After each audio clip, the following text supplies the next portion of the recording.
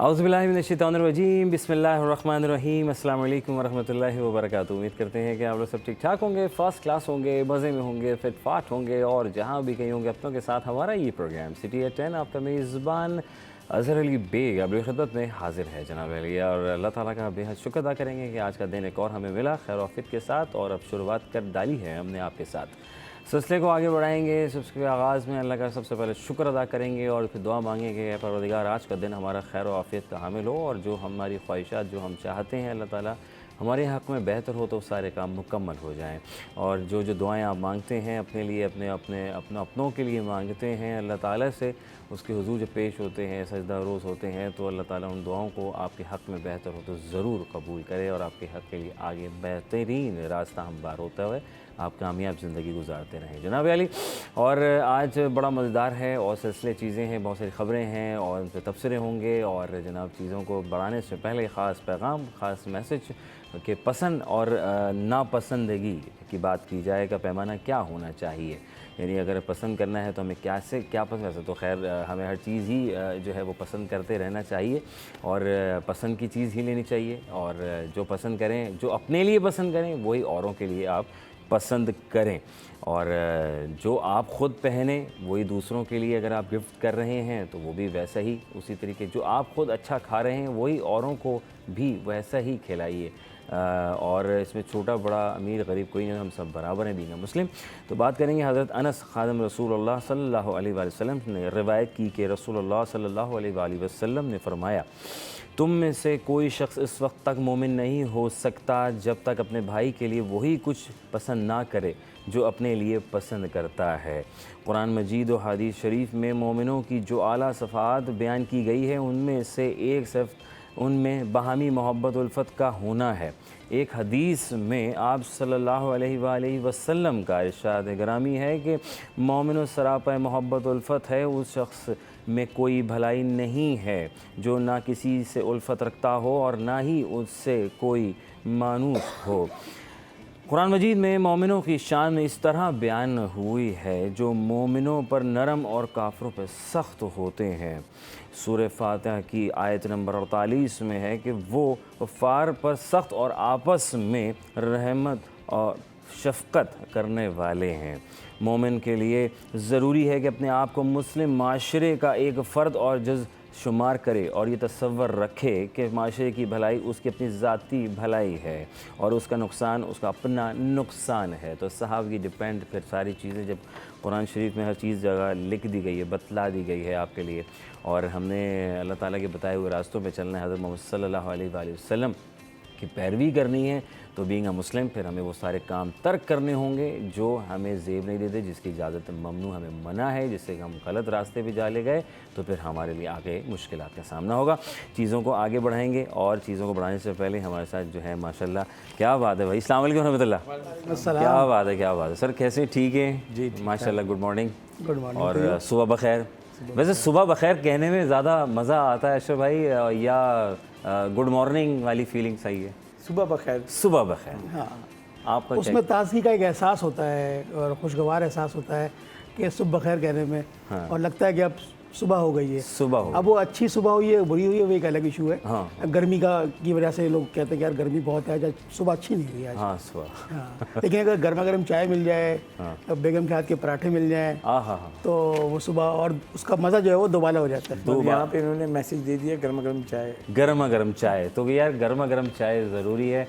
तो मेरी रिक्वेस्ट है कि हम 3 लोग हैं और ये के लिए जो है वो गर्म। आज क्या वो खैरियत, तबीयत ठीक है आपकी? क्या आज देखें शहर का जो हाल है ना मिट्टी से, हाँ बेहाल है, उसकी वजह से जो है वो हर शख्स परेशान है। अच्छा क्या बात है। तो वो जो डस्ट उड़ रही है शहर में मुख्तलिफ जगहों पे कहीं तरक्याती काम हो रहा है जी। और कहीं हमारे डंपर और ये इस तरह के बड़े बड़े जो हैवी ट्रैफिक होती है वो मट्टी के मुख्तलिफ अक़साम जो हैं वो रेती बजरी इस तरह की चीज़ें लेके जा रहे होते हैं।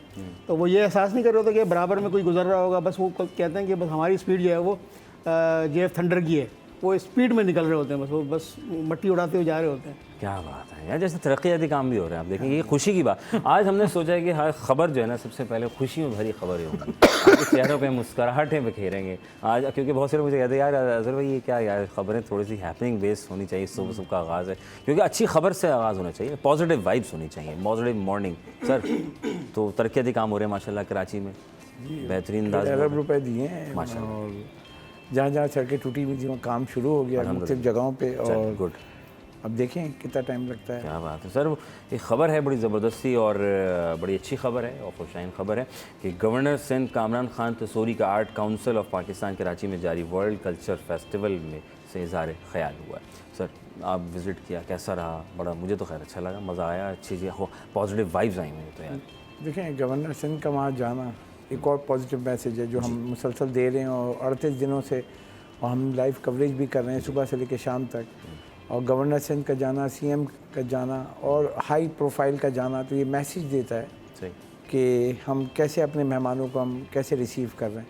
तो गवर्नर सिंध साहब की तो हम यहीं पे बैठ के तारीफ़ करते हैं क्योंकि वो इतने एक्टिव हैं। आप यकीन करें, हमें तो लगता है कि वो हर घंटे बाद, 1 घंटे बाद कहाँ होते हैं।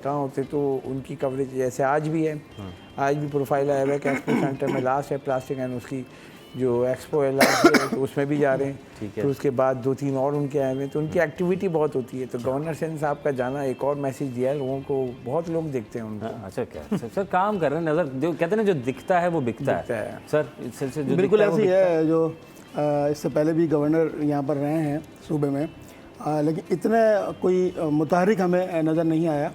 माजी के अदवार में भी जितने भी गवर्नर्स रहे, ज़्यादा ये एजाज़ी पोस्ट होती है और उसको वो इन्जॉय भी करते हैं। लेकिन ये जो गवर्नर है कामरान खान तसूरी, इन्होंने अपनी इस एजाज़ी पोस्ट को ज़िम्मेदारी भी समझा है और कौमी फ़रीज़ा भी समझा है।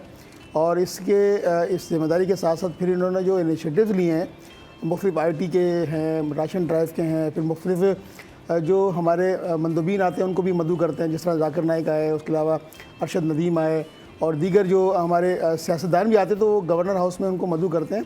और गुज़िश्ता रोज़ भी जो वफाकी वज़ीर बराए IT और टेलीकॉम हैं, शीज़ा फ़ातिमा ख्वाजा साहिबा, वो भी उन्होंने भी जो है वो गवर्नर हाउस का जो IT मार्की है उसका दौरा किया और इस सारे प्रोसेस को, सारे इक़दाम को, गवर्नर सिंध के इनिशिएटिव्स को काबिल सताइश करार दिया और कहा कि भाई ये एक इनकी तरफ से जो ज़ाती हैसियत में ये जो एक मैसेज है, ज़ाती हैसियत में जो कोशिश है, काविश है नौजवानों के लिए, सिंध के नौजवानों के लिए बिला तफरीक और बिला रंग व नस्ल जो है वो शहर के सूबे की जो आवाम की खिदमत में मसरूफ़ हैं और मुसलसल मुतहरिक हैं।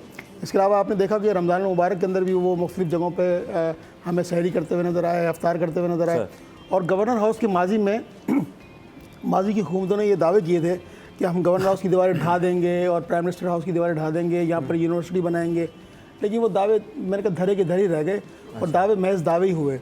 अमली तौर पर मैं समझता हूँ गवर्नर सिंध कामरान खान तसूरी ने इस बात का इजहार भी किया और अमली नमूना पेश किया है इसका। तो उन्होंने इस पर अमल दरामद किया, इस चीज़ को कंटिन्यू करने की कोशिश की कि इन इदारों को यूनिवर्सिटीज़ में कन्वर्ट किया, ताकि इदारों में बड़ी बड़ी जगहें हैं। बिल्कुल ऐसी है। देखिए 50,000 से ज़्यादा इस वक्त जो नौजवान जो है वो आर्टिफिशियल इंटेलिजेंस और मुख्तलिफ जो कोर्सेज हैं AI के, वो यहाँ गवर्नर हाउस में कर रहे हैं। फिर हैदराबाद में कोर्स शुरू हुआ है। इसके अलावा फिर उन्होंने ये भी ऐलान किया कि वो हैदराबाद के बाद जो है वो मिरपुर खास, सक्खर, लड़काना, वहाँ भी जो है वो AI के जो आर्टिफिशियल इंटेलिजेंस के जो कोर्सेज हैं वो शुरू करने जा रहे हैं। तो मतलब ये एक पॉजिटिव मैसेज है कि वो करना कुछ चाह रहे हैं, मतलब अपनी ज़ाती कैपेसिटी में।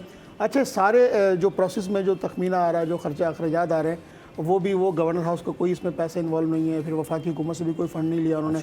फिर जो मुखय्यर हज़रात आ रहे हैं गवर्नर हाउस में, वो वहाँ पर ताउन कर रहे हैं। तो एक बड़ा पॉजिटिव मैसेज है कि हमारे शहर के लोग, इस सूबे के लोग कुछ करना चाहते हैं। अगर आप उनको पॉजिटिव मैसेज दें तो वो उस पॉजिटिव मैसेज को लेकर जो है वो आपको डिलीवर करना चाहते हैं।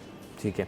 मैं उसमें बात ये देखते हैं कि जैसे भाई ने हमारे अर्ज़ किया कि हम कुछ करना चाहते हैं और लोग कर रहे हैं। हमारे स्टूडेंट अगर देखा है यूनिवर्सिटीज़ में, अगर देखा जाए तो बहुत कुछ इजादात हो रही हैं और बड़ा हाई लेवल पर स्टूडेंट्स जो है वो अपने जहनी चीज़ों को इस्तेमाल करते हुए अपनी चीज़ों को वो उजागर कर रहे हैं। लेकिन बात वो ये कि एंड ऑफ टाइम जो प्लेटफॉर्म की हमें नीड है, हमें रिक्वायर्ड है कि हमें उस तरीके से हुकूमत पाकिस्तान, सिंध, पंजाब, ये तमाम चारों सूबों मिल के हम नौजवान को जब तक आगे नहीं करेंगे तो फिर ये किस तरह चीज़ें जो है वो। नहीं अजहर भाई, बहुत इंपॉर्टेंट बात है कि हमने पहले भी डिस्कस किया था जी। हमारे मुतल्लिका इदारे सब हैं, वफाकी वज़ीर भी हैं, एजुकेशन के, IT के, इन सब के। मेरा एक सवाल है बस इनसे, आप वो बैठें डाटा लें, पूरे मुल्क भर से सालाना 5 लाख बच्चा पढ़ के निकला है ग्रेजुएशन करके। तो उसके लिए क्या है आपके पास? हर साल 5 लाख बच्चा, अगर हम 5 साल में 25 लाख बच्चा, तो यहाँ जो सबसे बड़ा इशू है वो नौकरी का है। नौकरी के लिए क्या है कि आप ग्राउंड लेवल देते हैं कि आप काम करो जी। अब ग्राउंड लेवल के हमने ताजरों का कल सुना, उसके बाद अगर हम देखें शरह सूद इतना है, कोई कर्ज लेके बैंक से अपना कोई कारोबार नहीं कर सकता है। ठीक है। अब उसके लिए क्या है कि गवर्नमेंट को जो स्मॉल बिजनेस टाइप की है ना, जैसे इन सब के इंस्टीट्यूट के लिए आसान कर्ज़ों पे जो है ना, और आसान सूद पे, कम सूद पे जो है इनको कर्जा देना चाहिए, ताकि बच्चों की लाइफ बन सके, ताकि कोई एसएमईज़ आएंगी ना, छोटे पैमाने की सनतें आएंगी तो इनको रोज़गार मिले। डिग्री लेके कहाँ घूमेंगे? आप देखें, आप यकीन करें कि इस वक्त मेरे पास 12 CV पड़ी हुई हैं, और जहाँ जहाँ मैंने भेजा है तो हमारे यहाँ आपको पता है क्या है कि वो भाई फ्रेश है। तो फ्रेश है क्या मतलब? आपके पास फ्रेश आएगा तो उसकी मोटिवेशन कितनी हुई है, तो सोचें मतलब आप अगर उसको मौका नहीं देंगे वो कहाँ जाएगा। तो हमारा ये प्लान है, गवर्नमेंट को ये करना चाहिए कि जैसे सेहत हो गई या तालीम हो गई, जो उसके बाद आगे बढ़ते हैं, तो जो बच्चे पढ़ के निकल रहे हैं सालाना ग्रेजुएशन करके 5 लाख बच्चे, उनके लिए कोई प्लानिंग करें। आके बोल के टीवी पे चले जाना कि हम ये कर देंगे वो कर देंगे। आप बताएं ना, आईटी पार्क कसम से सुन के ना, अब आईटी पार्क तो ख्वाब में भी आता है। वफाकी हुकूमत आईटी पार्क बना रही है, सूबाई हुकूमत आईटी पार्क, हाथ जोड़ते हैं भैया बना दो ना, ऐलान मत करो। अब आप तख्ती लगाने के पीछे लगे हुए हो, मगर ये है कि कोई प्लान करें तो उस पर अमल दरामद करें। जैसे मुझे इसलिए ये पसंद है गवर्नर सिंध साहब पर्सनली के जो इन्होंने वादे किए वो पूरे कर रहे हैं। आप जाएं ज़रा जाके देखें। अच्छा। गवर्नर हाउस में कितने बच्चे, और पहले इतनी सिक्योरिटी, मैं बता रहा हूँ, मैं जब ज़्यादा मोबाइल रखवाओ, ये करो वो करो। अच्छा। आप ऐसे ही चले जाएं, अंदर बच्चे जा रहे हैं, और ये वो बच्चे हैं जो IT के कोर्स कर ही नहीं सकते, इनके पास पैसे नहीं है। ओके। $5,000 से लेके $8,000 का कोर्स है ये आर्टिफिशियल इंटेलिजेंस। मेरा बेटा भी NID में गया है। अच्छा, माशाल्लाह। तो NID में जो है वो तो हम एक यूनिवर्सिटी है बड़ी, और ये सब, लेकिन अगर आप यही कोई प्राइवेट यूनिवर्सिटी में जाएंगे ना, कोई नहीं भर सकता फीस। जनाब। और ये तो बिज़नेस है, लेकिन वो बिज़नेस की जगह पे क्या कर रहे हैं, बिजनेसमैन है कामरान टिसोरी, लेकिन एक इन्होंने मिसाल दी है कि IT कोर्स फ्री में कैसे हो सकता है। तो उससे मिसाल से सीखना चाहिए, हम उसको जो है ना नेगेटिव जोन में नहीं ले जाए। जैसे आपने कहा ना अच्छी खबरें होनी चाहिए, तो अच्छी खबर ये है कि वो जो हज़ारों बच्चा जो वहाँ से पढ़ के निकल रहा है, आप यकीन करें यहाँ उनको नौकरी की ज़रूरत नहीं है। वो उनको ऑनलाइन नौकरी मिल जाएगी, घर बैठे काम करेंगे, ऑनलाइन नौकरी मिल जाएगी। मुख्तलिफ जो बैरून मुल्क के सफारतकार हैं उन्होंने MOU साइन किए हैं गवर्नर हाउस से कि जो ये IT से फारिगुल तहसील तलबा और तालिबात होंगे तो वो उनको अपने अपने ममालिक के अंदर जॉब्स ऑफर करेंगे। ठीक है। उसके अलावा एक पॉजिटिव इनिशिएटिव ये है कि गुज़िश्ता 2 हफ्ते कबल एक नौजवान थे, वहाँ गवर्नर हाउस के बाहर बेल ऑफ होप जो है वो गेट नंबर 1 पर लगाया उन्होंने, कि आप कोई भी आपका मसला है, कोई बिल का इशू है, फ़ीस का इशू है, किसी हॉस्पिटल के प्रॉब्लम्स हैं, कोई बिल पे नहीं करता हॉस्पिटल के इशू अपने मरीज़ का, तो वो बेल ऑफ होप पे आए, अपनी एप्लीकेशन सर्वाइव करे। तो गवर्नर हाउस में इस तरह के बहुत सारे केसेस हमने खुद रिपोर्ट किए हैं कि हॉस्पिटल के आखान के लियाकत के 8-9 लाख रुपए तक के बिल उन्होंने खुद पे किए हैं, और ये गवर्नर सिंध के अपने ज़ाती अकाउंट से पे होते हैं। गवर्नर हाउस का इसमें 1 रुपया भी खर्च नहीं होता। 2 हफ्ते कबल भी एक नौजवान की फ़ीस का मसला था, वो नौजवान आए, उन्होंने बेल को नॉक किया और उनकी फ़ीस जो है वो पे कर दी गई। इस तरह हैदराबाद की खातून थी, उनके भी घर का मसला था, घर के रेंट का मसला था। तो एक पॉजिटिव मैसेज है कि हमारे जो नोटेबल नुमाइंदे हैं वो भी ये काम कर सकते हैं, हमारे काउंसलर्स ये काम कर सकते हैं, MPs MNAs ये काम कर सकते हैं। ना देखें वो मतलब ज़ाती उनके फंड्स आते हैं, हाँ, ज़ाती नोए के फंड्स आते हैं जो जिसका कोई ऑडिट नहीं होता, वो उससे भी आवाम की खिदमत कर सकते हैं, लेकिन करें तब जनाब अली। तो ये रास्ता है। गवर्नर हाउस साहब माशाल्लाह बहुत सारे काम कर रहे हैं। गवर्नर हाउस जो है आप जाएं वहाँ पर जो है वो फिर आप अपनी जो भी ख्वाहिशात हैं, जो चीज़ें हैं जो पूरी करना चाहते हैं, जो मसाइल हैं वो आप डिस्कस कर सकते हैं ताकि आसानी हो सके। तो ये एक पॉजिटिव आपके लिए इमेज, पॉजिटिव न्यूज़ आज हमने जो है वो कोशिश की कि पहली दे दी, अब दूसरी भी देंगे इंशाल्लाह, लेकिन वफ़ा लेंगे, वफ़े के बाद दोबारा हाज़िर खिदमत होंगे City at 10 आपके साथ।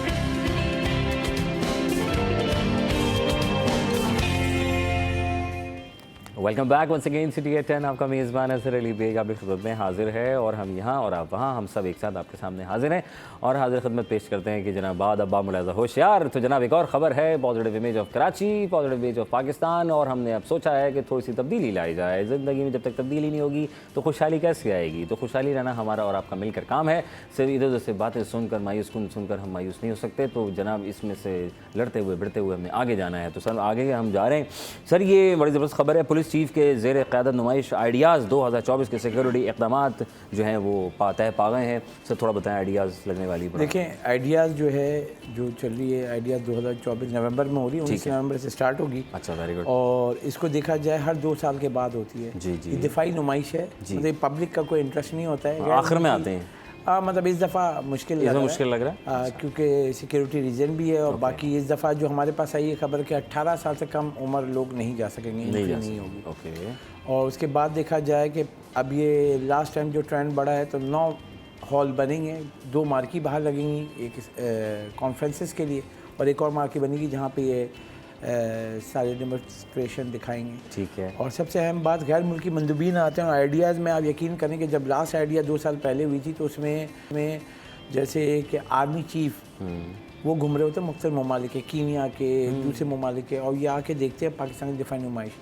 और इसमें आपके बहुत सारी चीज़ें, असला भी है, आपका डिपो भी है, फिर आप देखें कि सबसे इम्पोर्टेंट जो JF थंडर जो आपका जी जी, क्योंकि इस वक्त हम इसको एक्सपोर्ट यानी बेच भी रहे हैं, वो आके सबसे ज़्यादा इंटरेस्ट उनका जो वो ममालिक जो आके देखते थे कीमती ज़र मुबादला कमाने वाला भी है हमारा ये दिफाई नुमाइश कि जब ये 1 to 1 business to business deal होती है एक मुल्क से दूसरे, क्योंकि आर्मी चीफ मिलते हैं जी, और वो आके क्योंकि उसके लिए जब आप सिक्योरिटी रीज़न देखेंगे तो हाई प्रोफाइल जब लोग आ रहे हैं, मुख्तलिफ ममालिक के आर्मी चीफ आ रहे हैं, फिर उन ममालिक के जो और हाई लेवल हैं वो भी आके विज़िट करते हैं।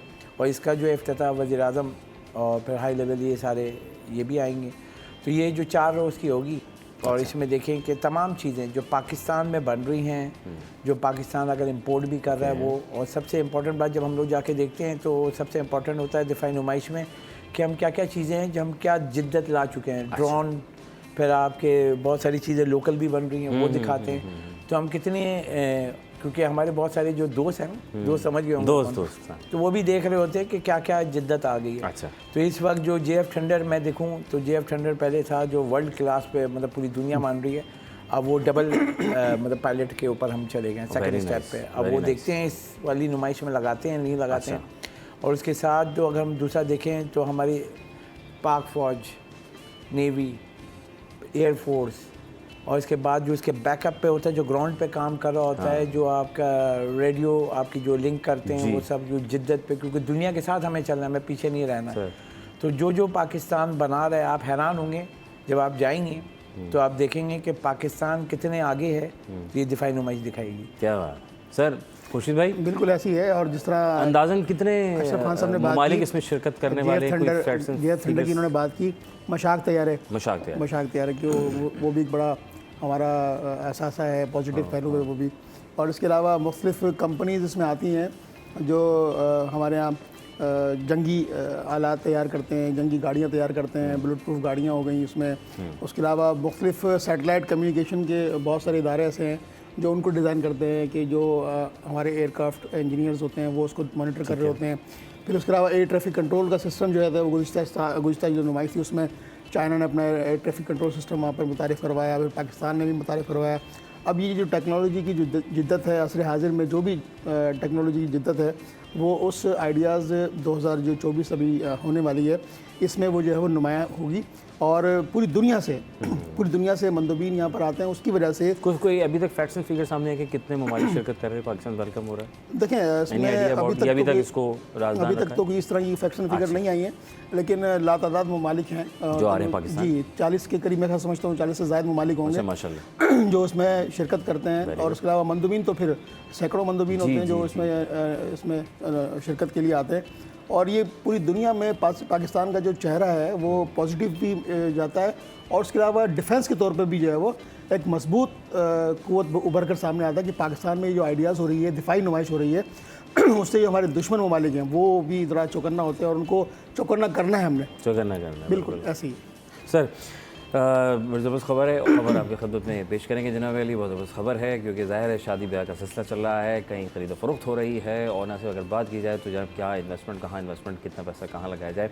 इस वक्त मैं डॉलर तो मुझे मिल नहीं रहा, तो मैं क्या गोल्ड ले लेता हूँ, बिस्किट्स ले लेता हूँ।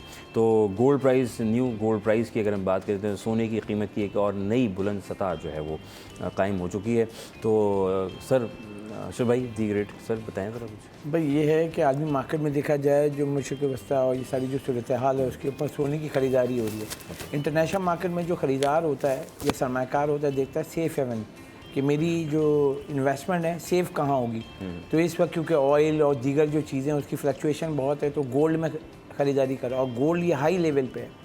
मतलब ये कल का जो रेट आया था कि इंटरनेशनल मार्केट में $29 एक दिन में बढ़ा है, $2784 फ़ी औंस पे पहुंच गया है। तो पाकिस्तान में डॉलर आपको पता है 280 रुपये का है। तो उसके हिसाब से अगर हम मतलब अगर हम रेट लें तो कल 2900 रुपये महंगा हुआ है। तारीख में पहली बार 2,87,900 रुपये एक तोला पे पहुँच गया है। और 10 ग्राम सोना, एक तोला होता है 11.664 ग्राम, ठीक है, और 10 ग्राम तो 10 ग्राम होता है। उसका रेट भी जो है 2,486 रुपये बढ़ा है, 2,46,828 रुपये पे आ गया है। ये वो है प्योर गोल्ड 24 कैरेट की बात करें। 24 कैरेट। अगर हम 22 कैरेट की बात करें तो 22 कैरेट भी कम नहीं है। 22 कैरेट यानी 2 कैरेट कम होता है क्योंकि 24 कैरेट का आप हार वगैरह नहीं बना सकते हैं। 22 कैरेट में क्योंकि उसको टाँके लगते हैं तो उसके लिए उसको 22 कैरेट पे ले जाते हैं। सही। तो वो 10 ग्राम जो 22 कैरेट है वो 2,26,560 रुपये पे पहुँच गया है। तो ये जो इम्पैक्ट है ये आप इसके कारोबार जो पूरे मुल्क भर में जैसे शादी ब्याह हम आ रहे हैं, मतलब नवंबर दिसंबर होती है, तो अब लोग जो है ना ख़रीद नहीं पा रहे हैं क्योंकि एक तोले के रेट ही लें। अगर अब एक सेट लें ना तो सोच है, एग्जांपल लें कि एक शादी है, नॉर्मल सेट भी लें तो तकरीबन 4 से 5 तोले का बनता है। जी।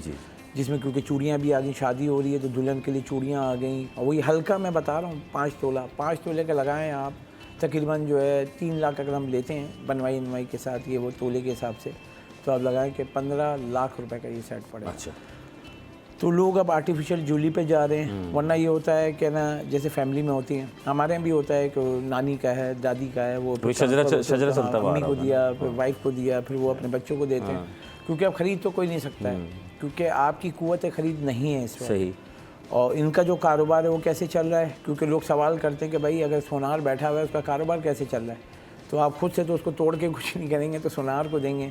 तो सोनार उसको पिघला के फिर कोई नया डिज़ाइन में कन्वर्ट करता है या उसमें और कुछ मिला के थोड़े से पैसे दे के उसको। तो ये सिस्टम है जो कि चल रहा है। लेकिन जो प्राइस है ये जो मैंने स्टडी की, क्योंकि जो इंटरनेशनल हालात हैं अभी सबसे इम्पोर्टेंट अमेरिका में इलेक्शन भी चल रहा है, उसको भी फोकस किया जा रहा है। फिर जो सबसे बड़ा ईरान वाला इशू है, जो इसराइल वाला जो इशू है, ये 3 चीज़ें जो हैं बहुत हाईलाइट हुई हुई हैं। तो अगर जब तक ये स्टेबल नहीं होगा तो गोल्ड आपको ऊपर ही नज़र आएगा। जो माहिरीन कह रहे हैं कि $3,000 जो है फ़ी औंस तक ये जा सकता है। 2700-2800 के करीब। तो यानी कि फिर हम गोल्ड ले लें, गोल्ड में इन्वेस्टमेंट कर लें। मतलब भाई आप जो हालात देख रहे हैं उसमें तो लगता ही नहीं है कि ये नीचे आए। ओके, तो यानी कि इन्वेस्टमेंट की जा सकती है। जनाब अली, इन्वेस्टमेंट कीजिए, अब डिपेंड ऑन यू कि कितना बजट है आपका। उस बजट को मद्देनजर रखते हुए बिस्किट्स तो ले लें कम से कम, क्योंकि भाई ने बता दिया, अशरफ भाई ने, कि चीज़ें आगे बढ़ेंगी। खुशी हमारे साथ होगी। वक्फा बहुत ज़रूरी है। वक्फे के बाद एक और गेस्ट हमारे साथ अब ज्वाइन करेंगे। कौन होंगे ये भी साथ साथ आपको पता चलेगा। ब्रेक।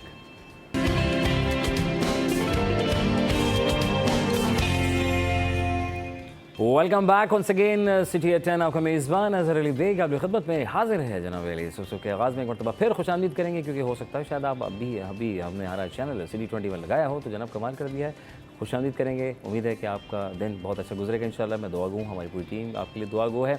देखेंगे बहुत सारी खबरें हैं, positive image of Karachi, positive image of Pakistan, और हम बात करें इस सिलसिले को आगे बढ़ाते हुए। हमारे साथ एक गेस्ट ने शिरकत की है और शर्जील गोपलानी साहब हैं। आप सदर की हैसियत रखते हैं टिम्बर मार्केट में, ताजरों को भी देखते हैं, सब चीज़ों को संभाल रहे हैं और अपने कांधों पर इस सब चीज़ों का बोझ लेकर चल रहे हैं और लोग इनका साथ देते हैं, तो चीज़ों को आगे बढ़ाना फिर आसान रह जाता है। यूनिटी बहुत ज़रूरी है, यूनिटी फेथ और डिसिप्लिन। क़ायद-ए-आज़म मोहम्मद अली जिन्ना ने जो फरमाया था उस पर अमल होकर अगर हम चलते रहेंगे तो कमाल हो जाएगा। जनाब अली वेलकम करेंगे। अस्सलाम वालेकुम रहमतुल्लाह। वालेकुम सलाम। सर ठीक हैं, खैरियत से? अल्हम्दुलिल्लाह, आप खैरियत से? अल्हम्दुलिल्लाह, माशाल्लाह, क्या बात है सर। माशाल्लाह मार्केट जो है वो कोई ख़रीदता है तो होलसेल का रुख करता है, कहीं करीब में दुकानदार होता है तो उससे कुछ ले लेता है। लेकिन हमारे यहाँ होता है नहीं यार, मैं फ़लाँ जगह से मैंने शॉपिंग करनी है, जबकि घर करीब एक जो जनरल स्टोर होता है वो भी कहीं दूर से आपके इलाके में आकर जो है वो चाहता है कि आप उससे ख़रीदो फरोख्त करें। लेकिन हम आया कि दूर जाते हैं, करीब जाते हैं। तो मैं कहता हूँ इस पर ज़रा थोड़ा नज़रसानी करें, वो आपके लिए आता है। सब क्या सूरत हाल है इस वक्त? FBR का वो जो सिलसिला है रिटर्न फाइल वाला, इस वक्त क्या इम्पैक्ट पड़ रहा है, क्या सूरत हाल है? देखिए रिजवान भाई, टाइम तो नहीं बढ़ाना चाहिए। अब ये मेरी तो सीधी बात है, जब आपको 3 महीने वैसे 90 डेज मिलते हैं, जून में क्लोजिंग हो गई जी, जुलाई अगस्त सितंबर तक आपका टाइम है, इसी में आपको रिटर्न फाइल करते हैं। लेकिन अब हमारे यहाँ रिवायत ये हो गई है पिछले चंद दहाइयों से जी जी FBI जो है वो अपनी निगलेंस छुपाने के लिए वो 15 दिन महीना देता है, तो वो हमारे ताजिर भी और टैक्स पेयर्स हैं वो भी अपना रिटर्न फाइल करने में सुस्ती करते हैं। ठीक है। लेकिन एक मसला और भी है, जब से ये आपका ऑटोमेशन पे गई है रिटर्न फाइलिंग सिस्टम, तो उनका सिस्टम ही नहीं चल रहा होता। अच्छा, होना ये चाहिए कि 1 जुलाई से आपका सिस्टम ओपन हो जाए और लास्ट डे 12 बजे तक वो सिस्टम ऑन रहे। अब या तो वो एकदम से फिर लोड आता है, सिस्टम बैठ जाता है, फिर इसका प्रॉब्लम। देखिए ना, पासपोर्ट के लिए हर बच्चा नौजवान भाग रहा है और वो सिस्टम बैठ गया।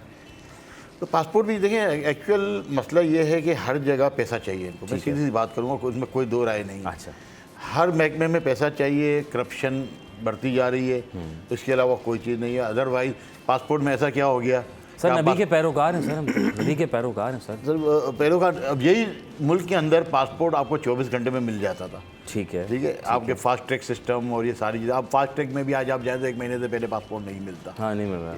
हर बंदे नौकरी नहीं करनी होती, बिजनेसमैन, ताल्लुकात। ठीक है, अब वही ताल्लुकात पे भी नहीं मिलता आजकल। ताल्लुकात पे भी नहीं मिल रहा जो है ताल्लुकात पे भी कम से कम, असल बात है कायदे आज़म के बगैर याद काम नहीं सताती चलता। है, कायदे आज़म की याद अशरफ भाई सताती है, मुझे रात नहीं सुलाती है कि उससे वो कायदे आज़म क्यों। मैं यहाँ शर्जील साहब से एक पूछूंगा, जो सूरत हाल है इस वक्त, जैसे आपने डिमांड भी की थी बिजली का रेट कम हो, क्योंकि टिम्बर मार्केट में जो सबसे इम्पोर्टेंट है बिजली का बहुत अहम रोल है। तामीराती शोबा नहीं चल रहा है, क्योंकि तामीराती शोबा चलता है तो आपका काम भी चलता है। तो क्या अभी इम्पैक्ट पड़ रहा है कारोबार पे, बुलंद शरह सूद, बिजली का रेट और जो सिक्योरिटी सूरत हाल है आपके टिम्बर मार्केट जो आपकी ओल्ड सिटी एरिया में, क्या सूरत हाल है? देखें, गैंग वॉर अभी भी ख़त्म नहीं हुई है। वो गाय बगाए घर अपना सर उठाती रहती है, और थोड़ा सा लॉ एनफोर्समेंट फोर्सेस भी थोड़ा सा पीछे हट गई हैं, टारगेट्स कुछ और हो गए हैं इनके। और जो मसला है मार्केट्स का, उस वक्त मार्केट्स की हालत बहुत ज़्यादा ख़राब है। तामीराती शोबे से 70 से ज़्यादा सनतें जो है ट्रेड्स वाबस्ता हैं, जिसमें ख़ास तौर पे अनस्किल्ड लेबर और स्किल्ड लेबर भी। अब अनस्किल्ड लेबर जो मज़दूरों के हेल्पर्स होते हैं वो भी, उनका भी रोज़गार चल रहा होता है। लेकिन हमारी पॉलिसी जो चेंज हुई है गवर्नमेंट की, उन्होंने आपका तामीराती शोबे को नीचे करना है। उनका कहना ये है कि भाई लोग जो है अपने सारी इन्वेस्टमेंट या तो प्लॉटों में या फ्लैटों में इन्वेस्टमेंट करते हैं और मार्केट में पैसा नहीं आता, जबकि इनकी से सोच गलत है। अगर आप दुबई को देखें तो दुबई ने सिर्फ और सिर्फ अपना रियल इस्टेट से स्टार्ट लिया और आज इंडस्ट्री के ऊपर बहुत आगे जा चुका है। इसमें बूम आपको जब भी नज़र आएगा तो वो आता है तामीराती शोबे। और सिर्फ ये नहीं, दुनिया में जो सबसे बेहतरीन रिटर्न है इन्वेस्टमेंट का वो तामीराती शोबे ही हैं। आप बड़े बड़े जितने भी बड़े ग्रुप्स उठा लें तो उनकी जो एसेट्स होते हैं वो आपके जो है प्रॉपर्टीज़ में ही मेन एसेट होता है जो मल्टीप्लिकेशन हो रहा होता है। तो ये गवर्नमेंट की सोच गलत है, इनको इस चीज़ को खोलना पड़ेगा। जो मार्केट्स का हाल है, मार्केट्स का हाल बहुत बुरा है। मार्केट्स का हाल आज भी बहुत बिल्कुल। सबसे ज़्यादा कहाँ दिक्कत आती है साहब? सबसे ज़्यादा दिक्कत कहाँ आ रही है? देखिए, दिक्कत मतलब ये मार्केट में पैसा ही नहीं है। मार्केट में लोग लगाना नहीं चाहते, लोग खौफजदा हैं, या देखिए बात प्रॉफिट नहीं आएगा। इन्वेस्टर्स ने अच्छा खासा पैसा बैरियर टाउन में लगाया था, ठीक, वो उनका वॉश आउट हो गया। अच्छा। इन्वेस्टर्स का अच्छा खासा पैसा प्रॉपर्टीज़ में लगा हुआ था, वो इस वक्त वॉश आउट हो गया, प्रॉपर्टीज़ बिक नहीं रही, काम नहीं है। इन्वेस्टर्स को बहुत सी अपॉर्चुनिटीज़ आपकी दुबई, सऊदीया, यूरोप के अंदर मिलना शुरू हुई, उन्होंने यहाँ से फ्लाई करना शुरू कर दिया। आप देखें ना इस वक्त अब आजकल तो थोड़ा सा आपका इंटरनेशनल कैरियर्स का फेयर कम हुआ है। हाँ। लेकिन आप पिछले माह तक देखें तो डबल से ऊपर जा चुका जी, था। जी, जी, किसी भी आप कंट्री में जाएं, अमेरिका का 5 लाख रुपए तक फेयर चल रहा था। उम्र पे देखें ना आप कितने लोग जा रहे हैं, कितना ज़बरदस्त। उसकी वजह यही है कि लोग यहाँ से फ्लाई कर रहे हैं। ओके, ठीक है। अब हमारी आवाम जो अपनी जगह है, हुकूमत की सोच है कि 24-25 करोड़ आवाम कितनी चली जाएगी, 10 लाख चले जाएंगे, 20 लाख चले जाएंगे। ये 10-10 लाख वो लोग होते हैं जो आपके 1-1, 1.5 करोड़ लोगों को फीड कर रहे होते हैं। ठीक है। हर एक इन्वेस्टर के पीछे 10 से 15 लोगों का खानदान चल रहा होता है। हाँ। लेकिन हमारी हुकूमत की सोच ये है कि हम बात करते हैं हमें फॉरेन इन्वेस्टमेंट लाएंगे, लेकिन आप अपनी इन्वेस्टमेंट भी छोड़ रहे हैं। तो इसकी वजह से बहुत से मामलात हैं। अच्छा, फिर जो इनको मशावरती इजलास होते हैं, जो मशवरे देने वाले लोग हैं, वो एलिट क्लास है जो आपकी इकनॉमी को खा रही है। आप देखें सारे बेनिफिट्स ले रहे होते हैं। हाँ। आपका 22-24% भी शरह सूद चला गया था, उन्होंने पैसे लिए होंगे, लेकिन आम आदमी नहीं ले सकता था। ठीक है। महंगी बिजली उनको वादा खा रही होगी, आपको मुझे नहीं खा रही होगी, क्योंकि वो उनके बेनिफिशरीज हैं। जी जी जी। तो जब तक आपकी तवानाई की कीमतें कम नहीं होंगी, इंडस्ट्रीज आपकी चलना शुरू नहीं होंगी, कॉटेज इंडस्ट्रीज़ को आप फीड नहीं करेंगे, तब तक मामला सही नहीं हो सकता। और उसका सबसे बड़ा जो फैक्टर है वो हमारे इदारों की नाअहली है। हमारे पास एक कॉटेज इंडस्ट्री। सर एक चीज़ और भी है, हमारे यूनिटी का बड़ा फुकदान है। अगर हम आवाज़ हो जाएं, हम एक हो जाएं, तो यकीन जाने फिर कोई मसले वाली बात नहीं है। देखिए, हमें हर शख्स को अलग परेशानी में डाल दिया गया। जी जी, किसी के घर पे गैस नहीं आ रही, किसी का पानी नहीं आ रहा, किसी को चिकनगुनिया हो गया, जी जी, किसी को डेंगू हो रहा है। आप देखें ना, ये इमराज भी बाकायदा, हमें तो ये लगता है कि ये बाकायदा हुकूमत की तरफ फीड किए जाते हैं कि लोग अपनी परेशानियों से निकले ही नहीं कि हम यूनिटी की तरफ जा सकें या सोच सकें या हुकूमत के बारे में सोच सकें कि ये हमारे साथ क्या कर रहे हैं। ठीक है, आप हर चीज़ का यहाँ पे फुकदान है। यहाँ पे मसला हमारी यूनिटी का नहीं, हमारी आवाम से बेहतरीन आवाम और ईमानदार आवाम कोई नहीं होगी। इसकी मैं आज़ा मिसाल आपको दूँ, आपका जो कोरोना आया था, उसके बाद हमने अखुवत के साथ मिल के लोगों को बिलासुदी कर्जा देना शुरू किया। आज तक हम दे रहे हैं अल्हम्दुलिल्लाह। 2 तारीख को डॉक्टर अमजद साकिब भी आ रहे हैं, तो इंशाल्लाह हमारा इरादा है मेमन मस्जिद में या आरामबाग मस्जिद में हम ये इस दफ़ा लोगों को कर्जा देंगे। हमने आज तक कभी ये चीज़ सोशल मीडिया पे या कहीं हाईलाइट नहीं। कर्जा किन लोगों को आप क्लियर? छोटे लोगों। अच्छा, छोटे लोगों को और बिलासुदी कर्जा देते हैं। 100% हमारा देना भी है। अच्छा, यानी जो भी आ जाए तो ना नहीं हमारे पास। अच्छा, माशाल्लाह, नंबर 1। लेकिन मैं कहना जो चाह रहा हूँ, ये बताना चाह रहा हूँ आपको, मैंने 5000 के करीब लोगों को हमने पिछले 2 साल के अंदर कर्जा दिया होगा। अच्छा, आप यकीन करें, एक बंदा डिफ़ॉल्टर नहीं है। अच्छा, और ये वो लोग हैं जो ख्वांचा फरोश होंगे, जो घरों में काम करते होंगे, जो छोटे छोटे जो है अपने इंडस्ट्री चला रहे होंगे या छोटे छोटे घर में काम चला रहे होंगे, सिलाई मशीन औरत चला रही होगी। एक बंदा डिफ़ॉल्टर नहीं है, तो इसका मतलब हमारी आवाम तो बेईमान नहीं है। जो बेईमान है, जो बेनिफिशरीज हैं, वो आपको भी पता है और हमें भी पता है। हमें भी पता है और आपको भी पता है, और ये तो अब वक्त ही बताएगा कौन कब अपने आप को सही करता है, रास्ते पर लेकर आता है। बीइंग अ मुस्लिम, इस्लामी जमहूरियत पाकिस्तान, मुसलमान हैं, कुरान मजीद पढ़ते हैं, समझते हैं, मैं ख़ास शायद हम अधूरे हैं, जिसकी वजह से हम शैतानी चरखों में लग चुके हैं। वफ़ा लेंगे, वफ़े के बाद दोबारा ज़रूर खिदमत होंगे, कहीं में जाएगा, फिर वापस आके मज़ीद चीज़ों से डिस्कस।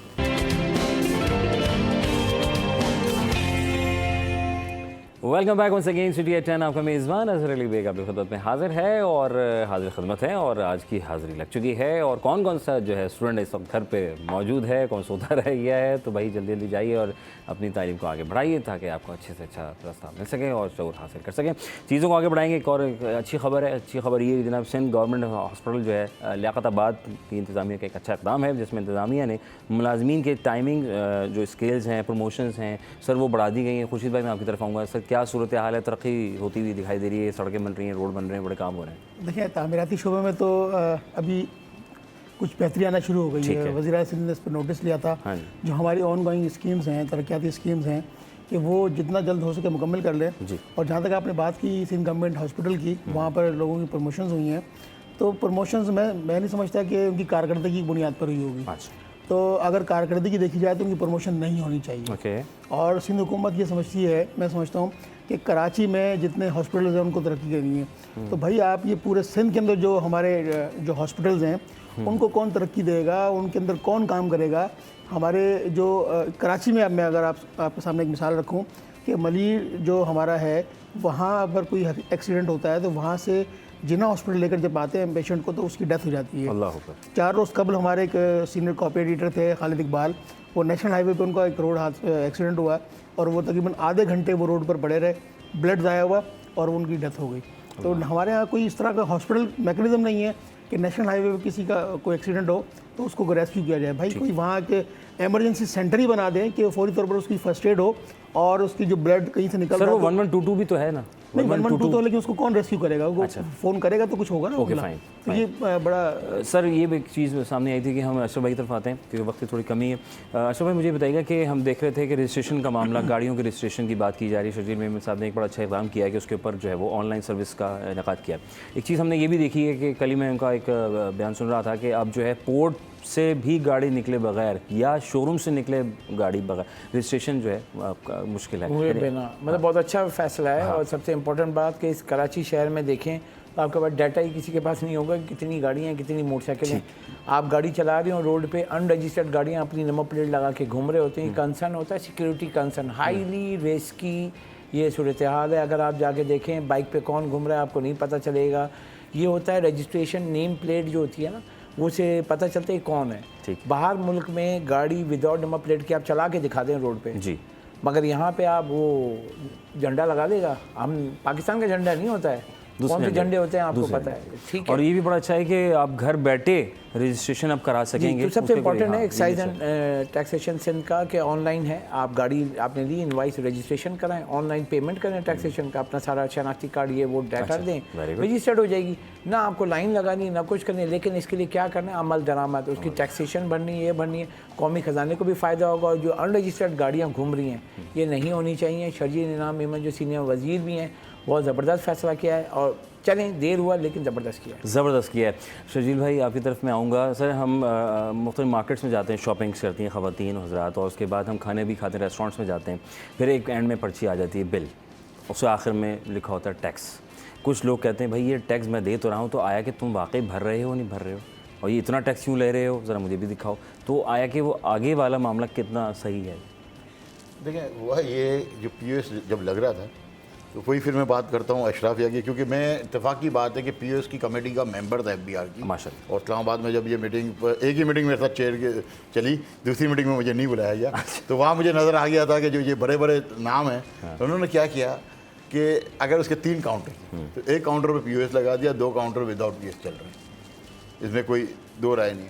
अब वो ईमानदार भी हैं, वो बड़े बड़े लोग उनसे मिलते भी हैं, एडवाइस भी इस मुल्क में उन्हीं की चलती हैं और चोरी भी वही करते हैं। अच्छा, ठीक है।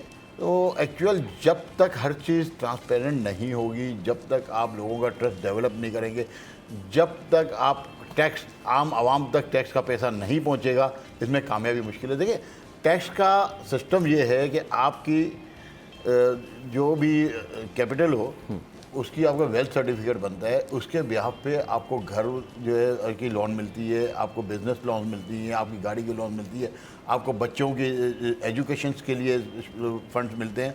तो वो जो है हर बंदा कोशिश करता है कि मेरी बैलेंस शीट बने, मैं ज़्यादा टैक्स दूं तो मेरे को इसका बेनिफिट भी मिले। लेकिन हमारे यहाँ क्या है कि हम टैक्स दे देते हैं, उसका अखराजात कहाँ होते हैं ये आपको भी पता है, मुझे भी पता है। और सबसे बड़ी बात आप देखें 70-68% टैक्स देने वाला शहर इस वक्त आप देखें, आप 10,000 अरब रुपए क्रॉस करके जी जी ठीक है टैक्स 10,000 अरब में से आपका 7,000 अरब जो है या 6,800 अरब कराची दे रहा है, उसमें से आपकी कराची को 800 अरब भी नहीं लग रहे। आपकी ये अभी मैं आपके स्टूडियो आया हूँ जी, तो आप देखिए कोरंगी का जो कि मेन आपका इंडस्ट्रियल जोन है, जहाँ पे एक से एक इंडस्ट्रीज है, चाहे फार्मास्यूटिकल जोन या किसी भी, आपके रोडों का हाल देखने का अल्लाह अकबर अल्लाह अकबर। ये आपके बल्कि आपका खुद की सड़क जो है एक सड़क बंद पड़ी हुई है। जी जी जी ठीक है। तो जब तक आप इसको इस्तेमाल नहीं करेंगे आवाम के लिए, तब तक आपका टैक्स का जो रेशियो बढ़ेगा। बाकी आप लाठी हाँक के जो वसूल करना चाहें वो कर लें, वो कर सकते हैं। अल्लाह ताला अपना रहम करम फरमाए और हमें राह रास्त पे लेकर आए। खुशी नवाज साहब आपका बहुत शुक्रिया। और शर्जील गोपलानी साहब आप तशरीफ़ फरमा, वो टिम्बर मार्केट के आप साथी की हैसियत रखते हैं, ताजरों के सरबराह हैं माशाल्लाह, और हिम्मत जस्तू के साथ आप सबको साथ दे रहे हैं और लोग आपका।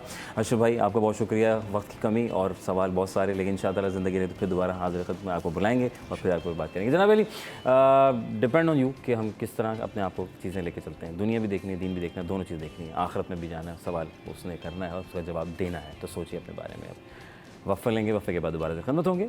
City at 10।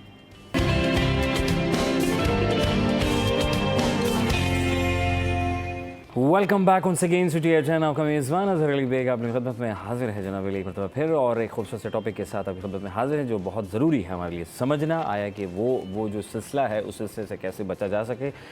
वो जो हमें जो चीज़ हो जाती है उसको उसकी रोकथाम कैसे की जा सकती है। बहुत आसान है, क्या चीज़ का इस्तेमाल करें, क्या चीज़ खाएँ, किस चीज़ से इज्तनाब करें, किन लोगों में उठें बैठें, क्या ये भी है, आया कि ये होता कैसे, कहाँ से आ जाता है। मैं बात कर रहा हूँ मुल्क के मुख्तलिफ़ हिस्सों में डेंगू, चिकनगुनिया और मलेरिया के केसेस जो हैं वो हमें नज़र आते हैं और ये कई सालों से हम देख रहे हैं ये सिलसिला चल रहा है। वैसे तो अगर बात की जाए तो डेंगू जो है वो सन 1934 से इसका जो है सिलसिला है चल रहा है। इस पर भी डिटेल बात करेंगे, हमारे गेस्ट होंगे, लेकिन उससे पहले थोड़ी सी मैं आपसे बात डिस्कस करता चलूँ। मुल्क के बड़े और छोटे शहरों में डेंगू, चिकनगुनिया, मलेरिया समेत दीगर वबाई अमराज की शिद्दत में थोड़ी हमें बढ़ती हुई दिखाई दी। वक्त से लोग केयर नहीं कर रहे, केयर करें तो ज़्यादा बेहतर है। मुश्किल आसान पूरे कपड़े आस्तीनों वाले पहनिए और बिला वजह जो है वो ऐसे जगहों पे ना जाएं जहां आपको लगता है कि मच्छरों का ज़्यादा। अच्छा, गुज़िश्ता चंद हफ्तों में डेंगू और चिकनगुनिया के केसेस में गैर मामूली इजाफा हमने देखने को मिला है और अस्पताल मरीजों से भरते हुए दिखाई दिए गए और ज़ाहिर है कि लोड प्रेशर बढ़ जाता है और फिर उसके बाद लोग परेशान हो जाते हैं। तो परेशानी नहीं करनी किसी मामलात में, आपने कभी परेशान नहीं होना, थोड़ा तहम्मुल मिजाजी का मुजाहरा करना है, सुकून लेना है, सब्र लेना है, फिर देखें आपके सारे मामले कैसे तय होते हैं। महकमा सेहत के अहकाम के मुताबिक सूबे भर में मलेरिया के केसेस में मुसलसल इजाफा हो रहा है और जनवरी से अक्टूबर तक सिंध मलेरिया में तकरीबन 2,50,000 के लगभग तकरीबन जो है वो केसेस हम देख रहे हैं सामने आए हैं। तर्जुमान महकमा सेहत के मुताबिक कराची से मलेरिया से 1,976 केस रिपोर्ट हुए हैं। माहिरीन सेहत का कहना है कि बीमारी फैलने की वजूहात में नाकस आप ज़ाहिर मैंने जैसे अर्ज़ किया कि सिलसिला है कि चीज़ों का पानी का खड़ा ना होना, बिला वजह पानी भर के ना रख लेना या कोई ऐसी चीज़ें जहाँ मच्छरों की अफजाइश जो है वो पैदाइश पड़ सकती है।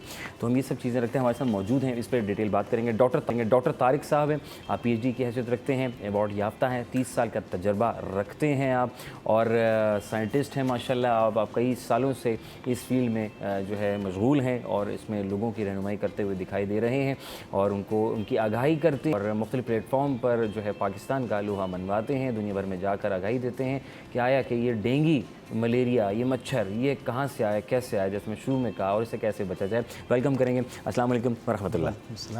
सर कैसे, ठीक हैं? अल्हम्दुलिल्लाह। सर आप मुख्तलिफ चैनल्स के आप जीनत बनते हैं, आज आप हमने हमें इज़्ज़त बख्शी, आपका बेहद शुक्रिया। कैसा चल रहा है सफ़र आजकल, क्या हो रहा है, सब ठीक है, खैरियत से? अल्हम्दुलिल्लाह। और यही मसरूफियात हैं जो आपने अभी फरमाई हैं। माशाल्लाह माशाल्लाह, क्या बात है। सर इस वक्त जो है वो देख रहे हैं कि जो सर ये डेंगू मुख्तलिफ बीमारियाँ आ जाती हैं। सबसे पहले हम ये बात कर लेते हैं, मलेरिया का आ जाना, मच्छर का काट लेना, कौन सा मच्छर होता है, चिकनगुनिया को भी शामिल चिकनगुनिया भी एक आ गया कि अब ये भी थोड़ा सा कॉन्फ्लिक्ट थोड़ा किया, चिकनगुनिया के मच्छर काटने से होता है क्या, ये किसी के साथ रहने से हो जाता है, मिसकंसेप्शन, बहुत ज़्यादा चीज़ें जो हैं कॉन्फ्लिक्ट का शिकार हैं। इस पर सर थोड़ा सा रोशनी डालिए आप, क्या इनके अलग अलग बताइए ज़रा इनके बारे में। बिस्मिल्लाहिर्रहमानिर्रहीम, अल्हम्दुलिल्लाहि रब्बिल आलमीन, अस्सलातु वस्सलामु अला सय्यिदिल अंबिया वल मुरसलीन। सबसे अहम बात यह है कि ये जैसे आपने अभी कहा कि ये कब से है, ये पहला सवाल है। डेंगू कब से, सवाल ये कब से है, ये आया कहाँ से, तो ये जो है वो 1934 से अकॉर्डिंग टू WHO रिपोर्ट, अच्छा, जो कि WHO की रिपोर्ट है। पाकिस्तान उस वक्त नहीं बना था, इंडिया का एरिया था, तो उस वक्त WHO काम करती थी। तो WHO ने 1934 में रिपोर्ट किया इस एरिया से, सिंध एरिया से ख़ास तौर पर। अच्छा, और सिंध का ख़ास एरिया कराची है, क्योंकि कराची शुरू से ही मेट्रोपॉलिटन सिटी है और तमाम मुल्क के लोग यहाँ आकर रहते हैं, तो यहाँ पर आना जाना बहुत ज़्यादा है। तो इस वजह से जो लोग मुख्तलिफ़ कंट्रीज़ से, मुख्तलिफ़ इलाक़ों से कराची में आते हैं, तो उनकी जो ट्रांसपोर्टेशन है, आना जाना है, उसकी वजह से इसकी जो है वो आमद दूसरे इलाक़ों से कराची में बड़ी इजी है। इस वजह से कराची जो है उसके अंदर ये आया। दूसरी अहम बात ये कि इसकी इब्तिदा कहाँ से हुई, जैसे आपने फरमाया, तो इब्तिदा जो है इसकी हुई है कि हज़रत मूसा अलैहिस्सलाम का ज़माना और फ़िरौन का जो ज़माना है, तो फ़िरौन की फ़ौज को ख़त्म करने के लिए अल्लाह तबारक व तआला ने एडीज़ मॉस्किटोज़ को नाजिल फरमाया। अच्छा, यही वजह है कि एडीज़ दिन में काटता है, ओके, और ये सुबह से शाम तक काटता है। उसकी वजह यही है कि ये डे के लिए नाजिल किया गया। अच्छा। और ये डे में नज़र नहीं आता, इसलिए कि इसके जिस्म के ऊपर वाइट बैंड मौजूद हैं। ओके। तो वाइट बैंड जो है ना वो रोशनी में नज़र नहीं आते, तो मच्छर जो है ना जल्दी से नज़र नहीं आता। तो ये हकीकत है। अच्छा अच्छा, वेरी गुड। तो इस वजह से अच्छा, ये दिन में ही, ये दिन में काटता है। लोगों के दरमियान ये जो कॉन्सेप्ट है और लोग मीडिया पे बैठ के मुख्तलिफ बातें करते हैं, वो गलत बोलते हैं। अच्छा, दरअसल जो है ना वो सुबह से लेके शाम तक जो है ना ये डेंगू के जितने भी मच्छर हैं वो डायोनल कहलाते हैं। ओके, यानी कि वो डे बाइटर कहलाते हैं, दिन में काटते हैं।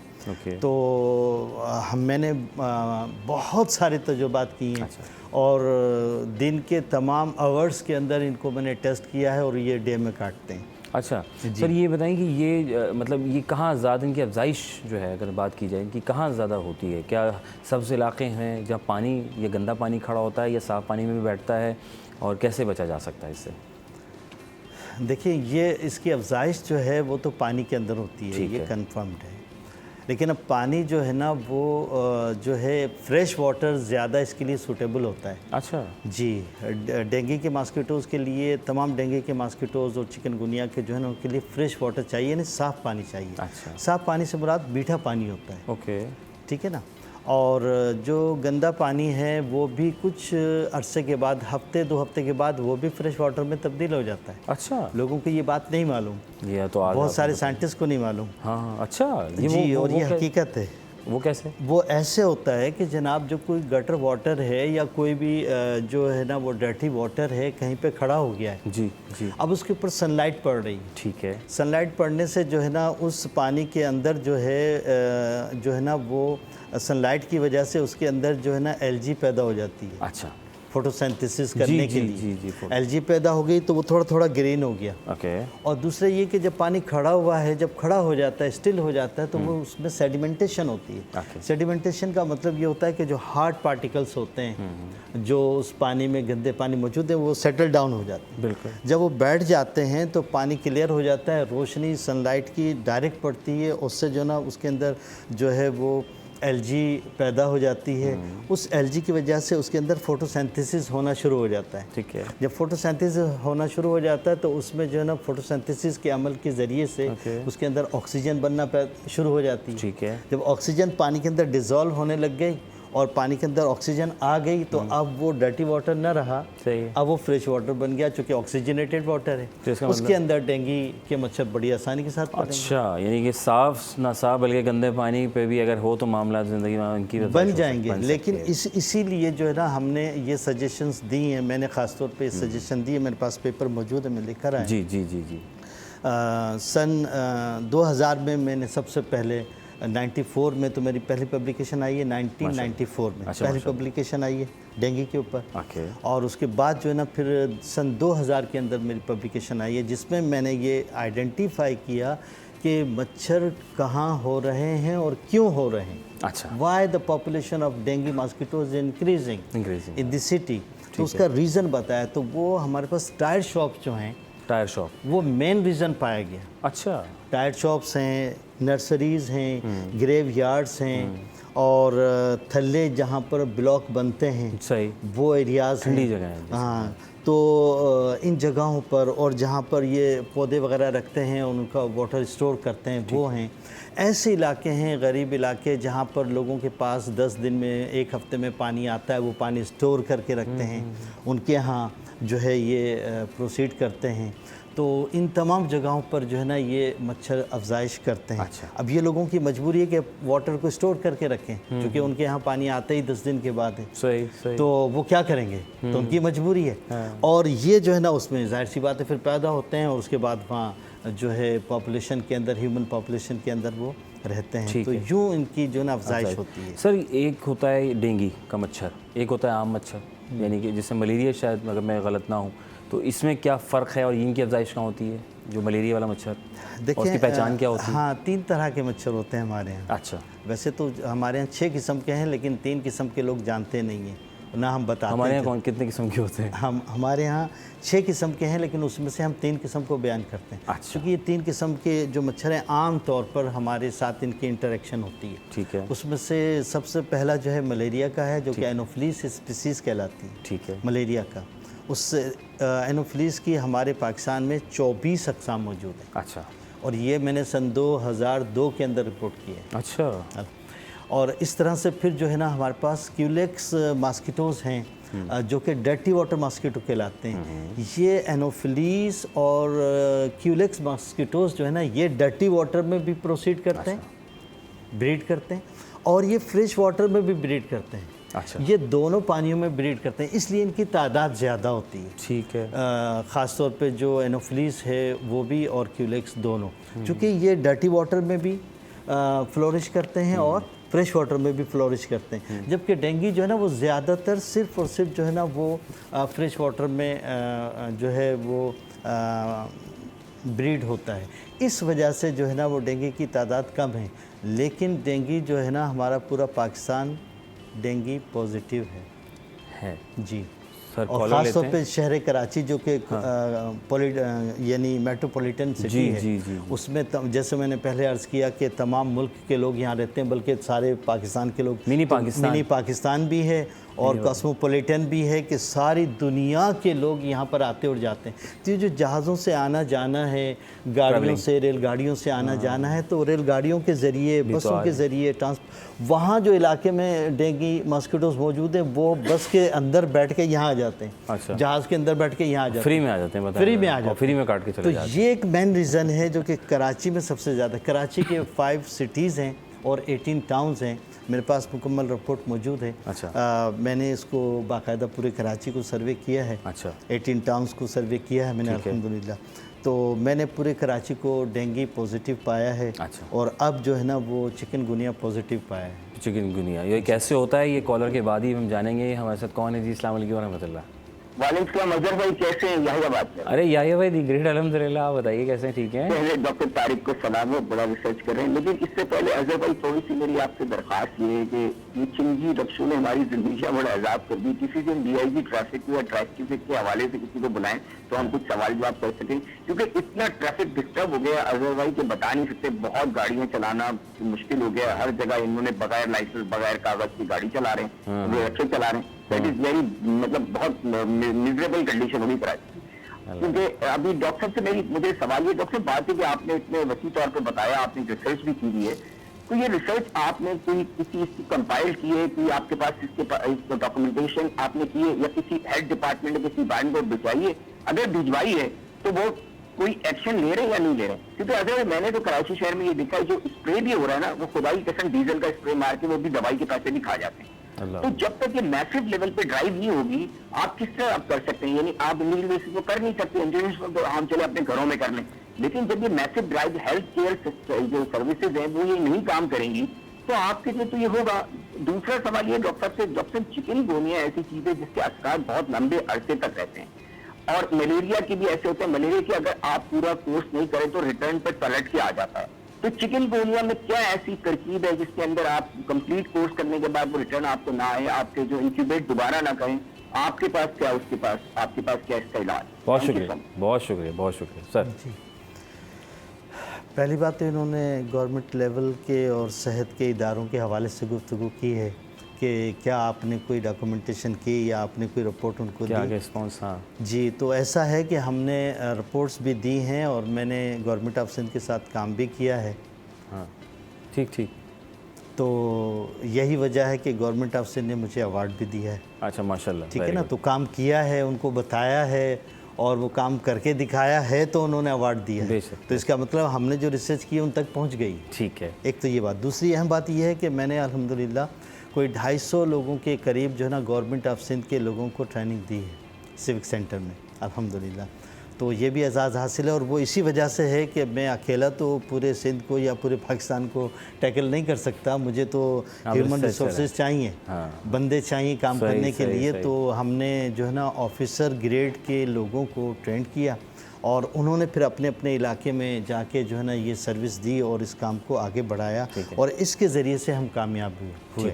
अच्छा, कामयाबी का एक राज ये है कि हमने जो है ना वो केमिकल मेथड को यूज़ नहीं किया। अच्छा, क्योंकि केमिकल मेथड में मैंने रिसर्च की है कि उससे हमारे पास जो है ना वो जिस तरह से हम करते हैं उस तरह से हमें कंट्रोल नहीं मिलता। ठीक है। मिसाल देता हूँ आपको, और आप जानते भी हैं और आपके तजुर्बात में ये बात गुजरी होगी कि जो है ना वो गाड़ी आती है और वो मोहल्ले में, गली में, सड़क पर जो है ना वो धुआं उड़ाती हुई चली जाती है, स्प्रे करती हुई। मैंने तो शायद 10 साल पहले देखा था, स्कीम 33 की मैं बात कर रहा हूँ जी। 10 साल पहले वो भी एक आध दो गली में हुआ था, उसके बाद फिर नजर नहीं, उसके बाद नहीं देखा है। ये भी हमारा बैकड्रॉ है। जी, मैं ज़्यादा राज नहीं अफशा कर सकता। सर यहाँ पे वफ़ा लेते हैं, वफ़े के बाद फिर जाने की इसके बारे में, ना से बल्कि चिकनगुनिया के बारे में ज़रा सर जानकारी हमने आपसे करनी है कि उसे कैसे बचा जाए और क्या ही लगता है। तो वफ़ा लेते हैं, वफ़े के बाद जो है हाज़िर खिदमत होंगे।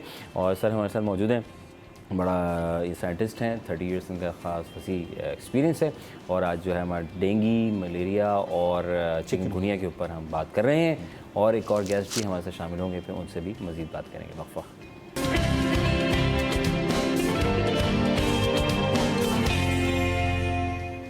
Welcome back once again city 10 आपका मेज़बान अज़हर अली बेग अपनी खिदमत में हाजिर है और डॉक्टर तारिक राजपूत साहब हमारे साथ मौजूद हैं जो वसी तजर्बा रखते हैं, साइंटिस्ट की हैसियत से रखते हैं और हम बात कर रहे हैं डेंगू के ऊपर बात कर रहे हैं। अब हम बात कर रहे हैं जनाब डेंगू मलेरिया तो हमने कर लिया सर, ये जो अभी चिकनगुनिया जी क्या चिकन खाने से होता है? सॉरी बच्चे हमें कहते हैं अंकल ये चिकनगुनिया चिकन खाने से होता है, किसी ने कहा कि साथ बैठने से होता है, या ऐसा तो नहीं कि वो जो कोरोना जैसी था तो ये उस तरह कुछ छींक या कुछ साथ रहने से आबो हवा में फैला हुआ है, या किसी मच्छर के काटने से होता है?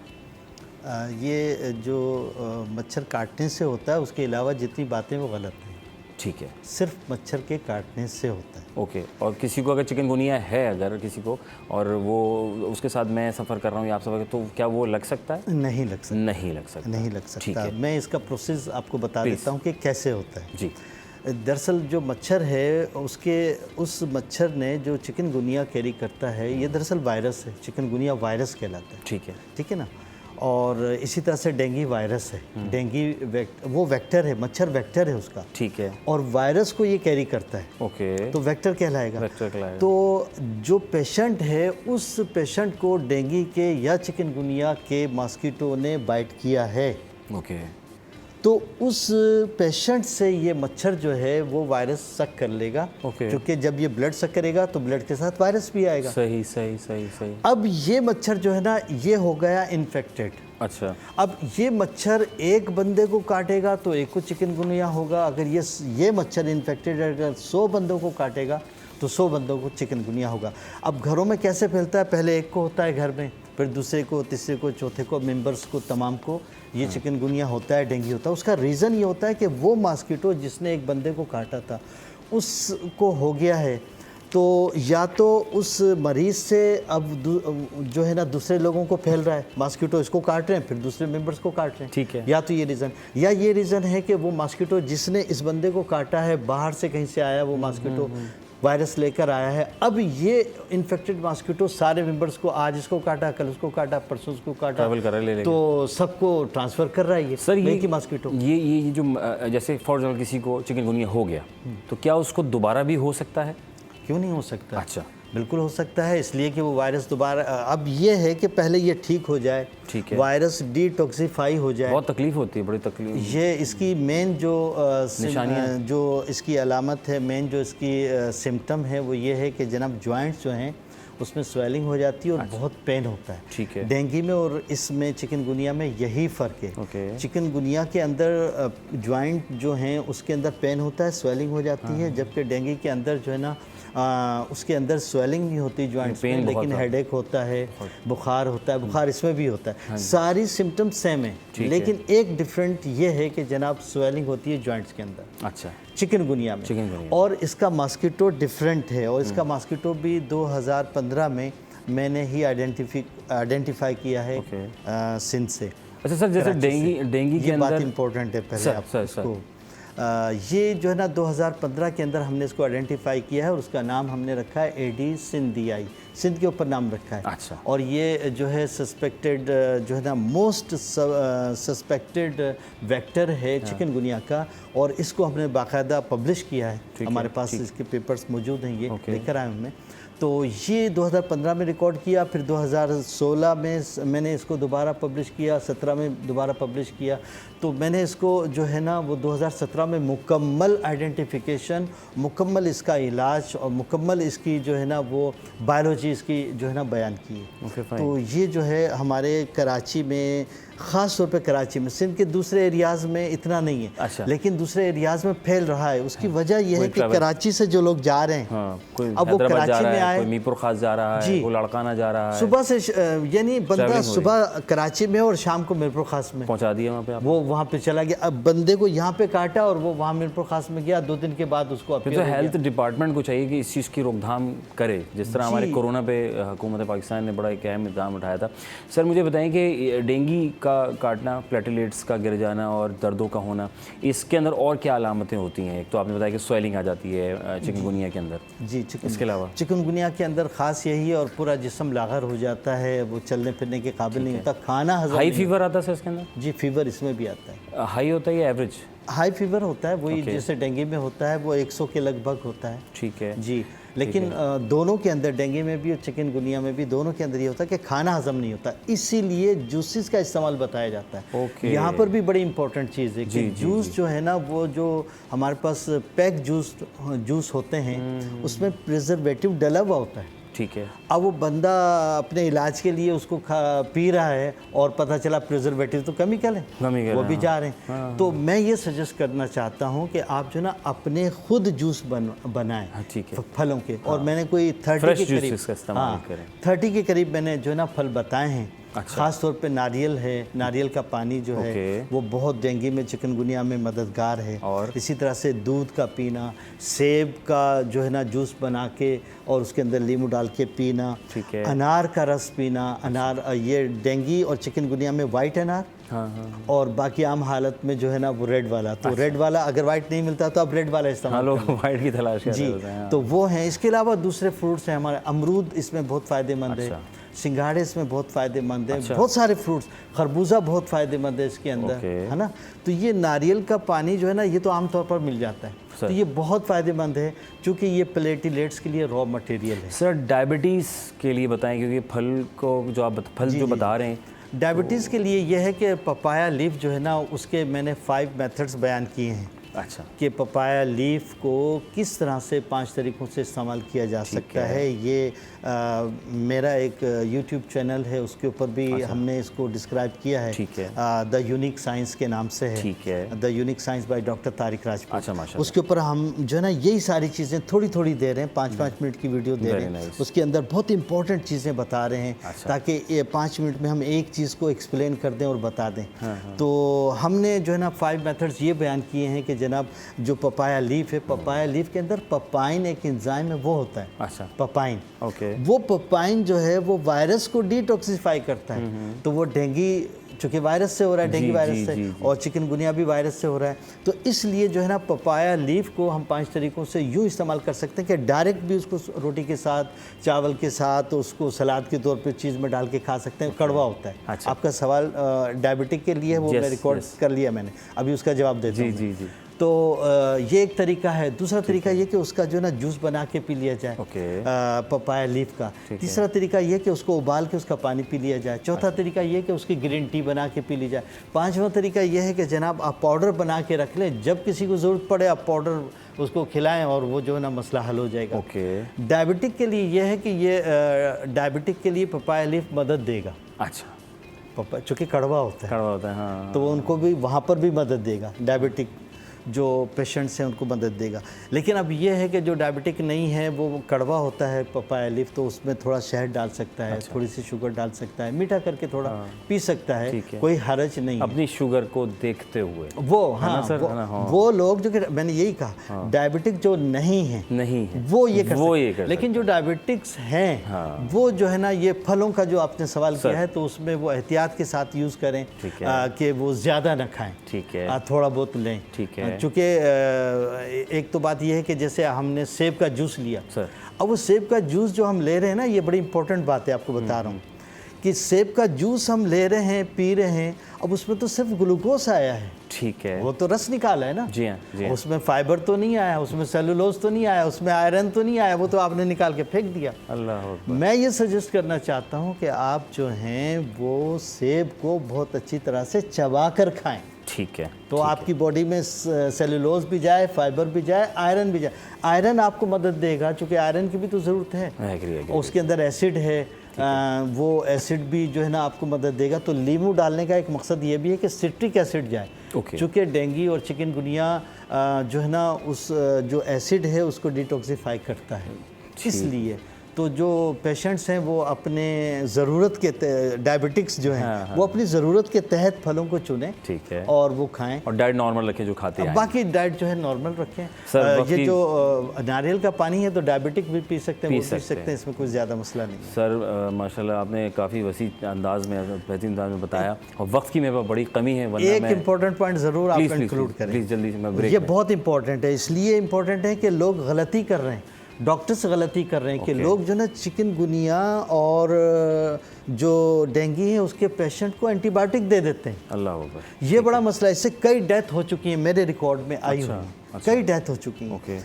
तो मैं यहाँ पे ये सजेस्ट करना चाहूँगा आपके चैनल के तवज्जुह से कि तमाम डॉक्टर्स हमारे जो है ना उनसे गुजारिश है कि वो जो है ना फीवर का पेशेंट आपके पास आता है तो उसको पहले मेडिकल रिपोर्ट लें उसकी, ठीक है, कि उसको जो है ना आया वो फीवर जो है ना मलेरिया का है या डेंगू का है या चिकनगुनिया का है। तो चिकनगुनिया और डेंगू के लिए तो सिम्टम सेम हैं, तो पहले उसका आईजीएम टेस्ट करवाएं, मेडिकल रिपोर्ट लें, क्या इसको डेंगू पॉजिटिव है या इसको चिकनगुनिया पॉजिटिव है। अगर पॉजिटिव है तो उसको एंटीबायोटिक हरगिज़ ना दें। आप एंटीबायोटिक अगर उसको देंगे तो उसका जो डेंगू का मसला है वो डेंगू सिंड्रोम में कन्वर्ट हो जाएगा और डेंगू पेशेंट जो है ना वो मर जाएगा, ठीक है, और चिकनगुनिया पेशेंट मर जाएगा। तो ये मैं आपको बहुत इंपॉर्टेंट बात बता रहा हूँ, तमाम डॉक्टर से गुजारिश है कि उसको रिकॉर्ड करें, इसको समझें। चिकनगुनिया और डेंगू के पेशेंट को एंटीबायोटिक हरगिज़ न दें, चूँकि ये वायरस को शूट करता है। अल्लाह अकबर, अल्लाह। इसलिए जो है ना बच्चे, हाँ अगर उसको मलेरिया है तो आप उसको बेशक दे सकते हैं, चूँकि जो एंटीबायोटिक है वो है ही, एंटीबायोटिक का मतलब ही ये है कि बैक्टीरिया के लिए है वो। ये तो चिकनगुनिया और जो डेंगू है ये तो वायरस का मसला है, ठीक है, ये वो बैक्टीरिया का मसला तो नहीं है। तो ये बहुत इंपॉर्टेंट चीज़। सर आपने कम वक्त में बहुत कुछ बताया और हमारी कोशिश होती है कि हम जिस हद तक चीज़ों को आप तक डिलीवर कर सकें। सर आपका बेहद शुक्रिया। इंशाअल्लाह ज़िंदगी तो बिल्कुल दोबारा दावत दूंगा, उस पर डिटेल फिर हम मज़ीद और बात करेंगे। डॉक्टर तारिक राजपूत साहब हमारे साथ मौजूद थे और आप साइंटिस्ट की हैसियत रखते हैं, ख़ास वसी तजर्बा रखते हैं, 30 साल का अवार्ड याफ्ता हैं और काफ़ी रहनुमाई कर रहे हैं, लोगों को समझा रहे हैं, बता रहे हैं कि किस तरह कैसे अमल करना है। अब डिपेंड आप पे करता है कि उस पर आप कैसे उस पर चलते हैं और अपने आप को सेव करते हैं। वफ़ा लेंगे, वफ़े के बाद दोबारा ज़िक्र में होंगे, कहीं में जाएगा, जल्दी से वापस आएगा सिटी एट 10।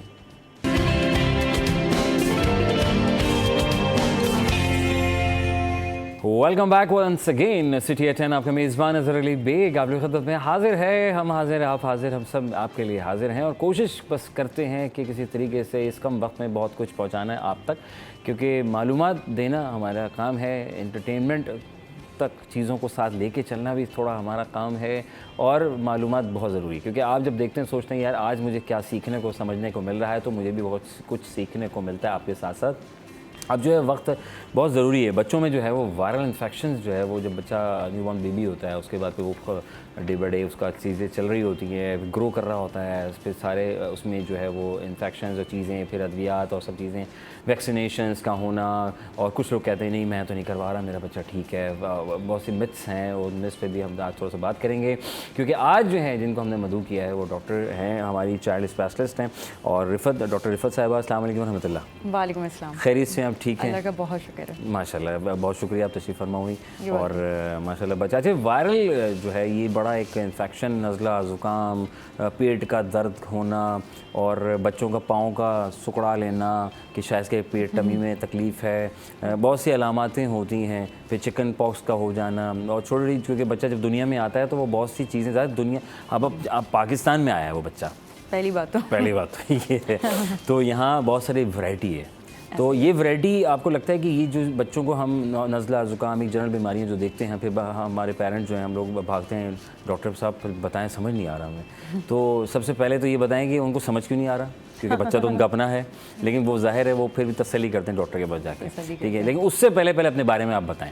मैं ज़रा आज ये बातें ज़रा बाद में करेंगे, पहले इनके बारे में जानकारी करेंगे थोड़ी सी, ताकि आप भी तो सवाल करेंगे भाई डॉक्टर हैं, अच्छा क्या है, सही है फलाना, क्वेश्चन बड़े मिथ्स होते हैं, सॉरी टू से। जी मैडम प्लीज़। जी अच्छा, मैं अपना एक ब्रीफली तारुफ करा देती हूँ। मेरा नाम डॉक्टर रिफत कमर है और मैंने चाइल्ड स्पेशलाइजेशन की भी है, but even before doing a specialization actually house job के फ़ौरन बाद ही मैंने कुछ अरसा अपने प्रोफेसर के साथ अंडर काम किया था उनकी ओपीडी में, so I gained a lot of experience उनके अंडर काम करके।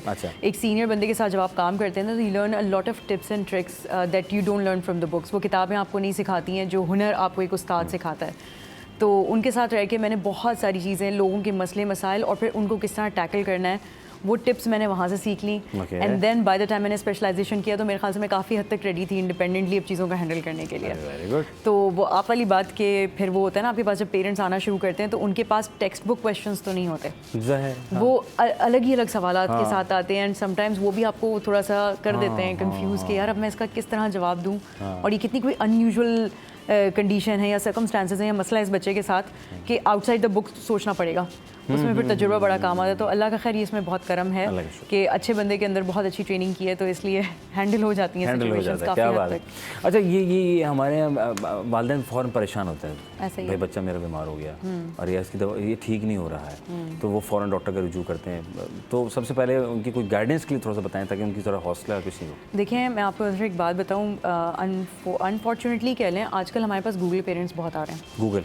Google parents, there are a lot of parents जो मेरे पास आते हैं, डॉक्टर साहब रिपोर्ट देख लें, बीमारी नहीं बताएंगे, अच्छा डायरेक्ट रिपोर्ट देख लें, ठीक है ना, इससे इस रिपोर्ट को देख के बता दें क्या हाल चाल है। अच्छा, पहले तो उनको ये समझाना पड़ता है कि रिपोर्ट जो है एक वाज़ेह पिक्चर नहीं है, इट्स जस्ट अ हिंट। वो अंदरूनी मामलात का आपको एक हिंट दे रहा है, एक दूर की पिक्चर दे रहा है। जब आप मरीज़ का एग्जामिन कर लेते हैं, मरीज़ को देख लेते हैं, तो आप दोनों चीज़ों को कोरिलेट करते हैं, मरीज़ की पिक्चर और वो जो blood report, what ever blood report they've gotten, फिर उसको आप कोरिलेट करके फिर मामलात बताते हैं कि अव्वल तो डायग्नोसिस क्या है और डायग्नोसिस के मुताबिक फिर क्या ये कोई सीरियस डायग्नोसिस है या नॉन सीरियस। अब जो पेरेंट्स हैं वो गूगल करके फिर 2 स्टेप्स अहेड ना, वो उस टेस्ट रिपोर्ट के ऊपर खुद ही टिक्स मारे हुए होते हैं, खुद ही एरो बना के हाई एंड लो नॉर्मल खुद ही टिक मारा, उसने खुद तो कर लिया सब कुछ। तो मेरे पास टेस्ट पेपर आ रहा था जिसको मैंने करेक्शन करके फिर उनको कॉन्फिडेंस दिलाना है कि आया आपकी ये करेक्शन सही भी थी या इसमें मुझे कुछ वजाहत करनी है। अच्छा, ओके फाइन। तो यानी कि आने वाला वक्त जो है गूगल और एआई से मुझे लग रहा है कि फिर yes, a lot of people, and the point is कि वो सब एक सुपरफिशियल नॉलेज है ना, क्या कर रहे हैं, नंबर्स को कंपेयर कर रहे हैं। डॉक्टर साहब रेफरेंस रेंज ये दी हुई है, नॉर्मल रेंज ये दी हुई है, भाई थोड़ी सी 19-20 चल जाती है, nothing is exact science in our body.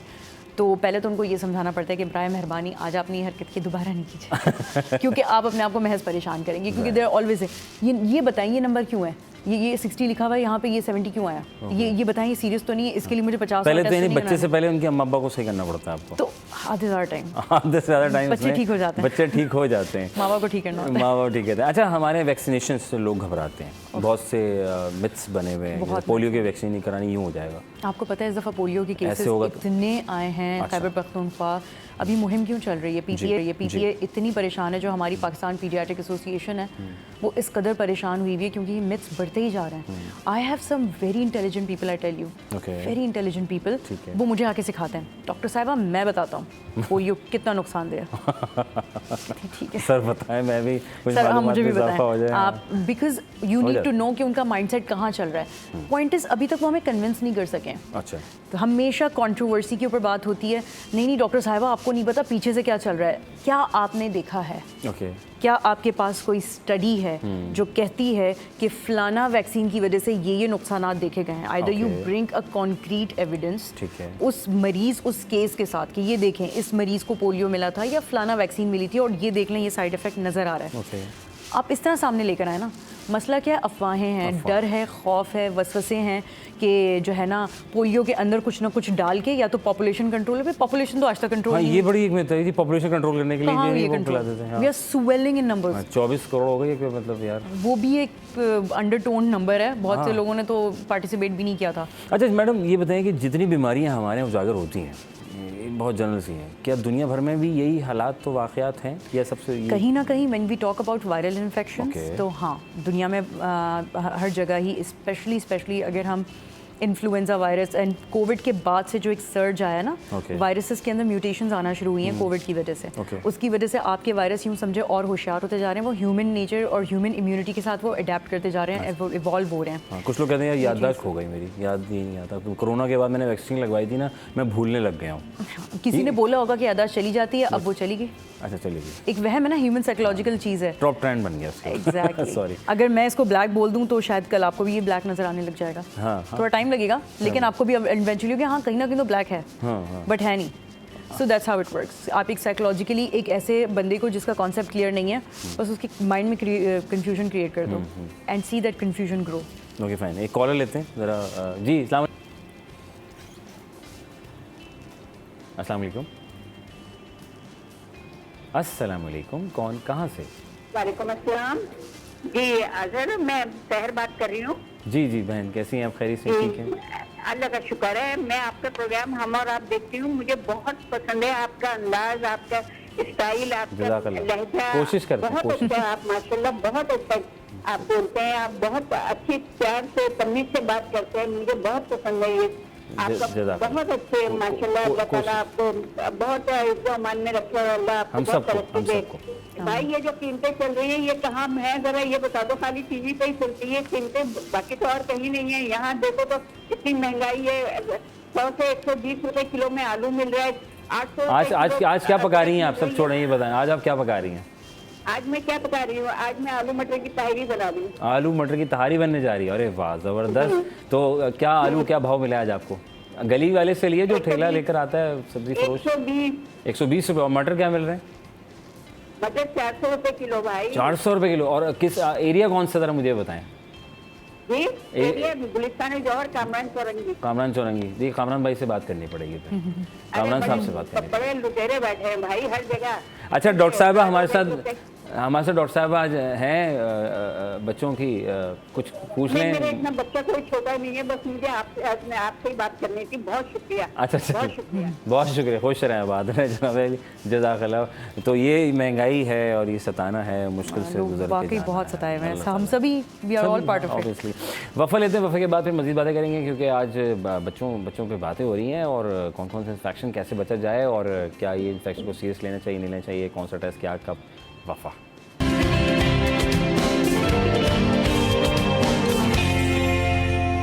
जनाब Ali, welcome back once again. Doctor Rifat हमारे साथ मौजूद है, चाइल्ड स्पेशलिस्ट की हैसियत रखती हैं। बात कर रहे हैं जनाब कि सबसे ज़्यादा बीमारियां जो हैं बच्चों में क्या पाई जा रही हैं राइट नाउ। देखिए आजकल जो सीज़न में एक शिफ्ट आया है, हवा बदली है, हवा में ह्यूमिडिटी कम हुई है, तो उसकी वजह से वायरल इन्फेक्शन बहुत ज़्यादा बढ़ गए हैं। वायरल में सबसे कॉमन चीज़ इस वक्त जो चल रही है वो फ्लू रिलेटेड सिम्टम्स है, जिसमें सब आ जाता है आपका नज़ला, ज़ुकाम, खांसी, गले के इन्फेक्शन। 12 महीने का पैकेज है कराची के अंदर। कराची इस सीज़न में एक बर्स्ट आता है बच्चों में स्पेशली।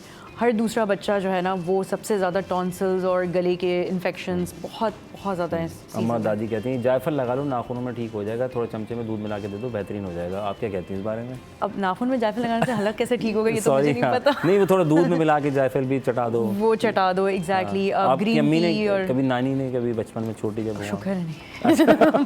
आप क्या करते बीइंग अ डॉक्टर?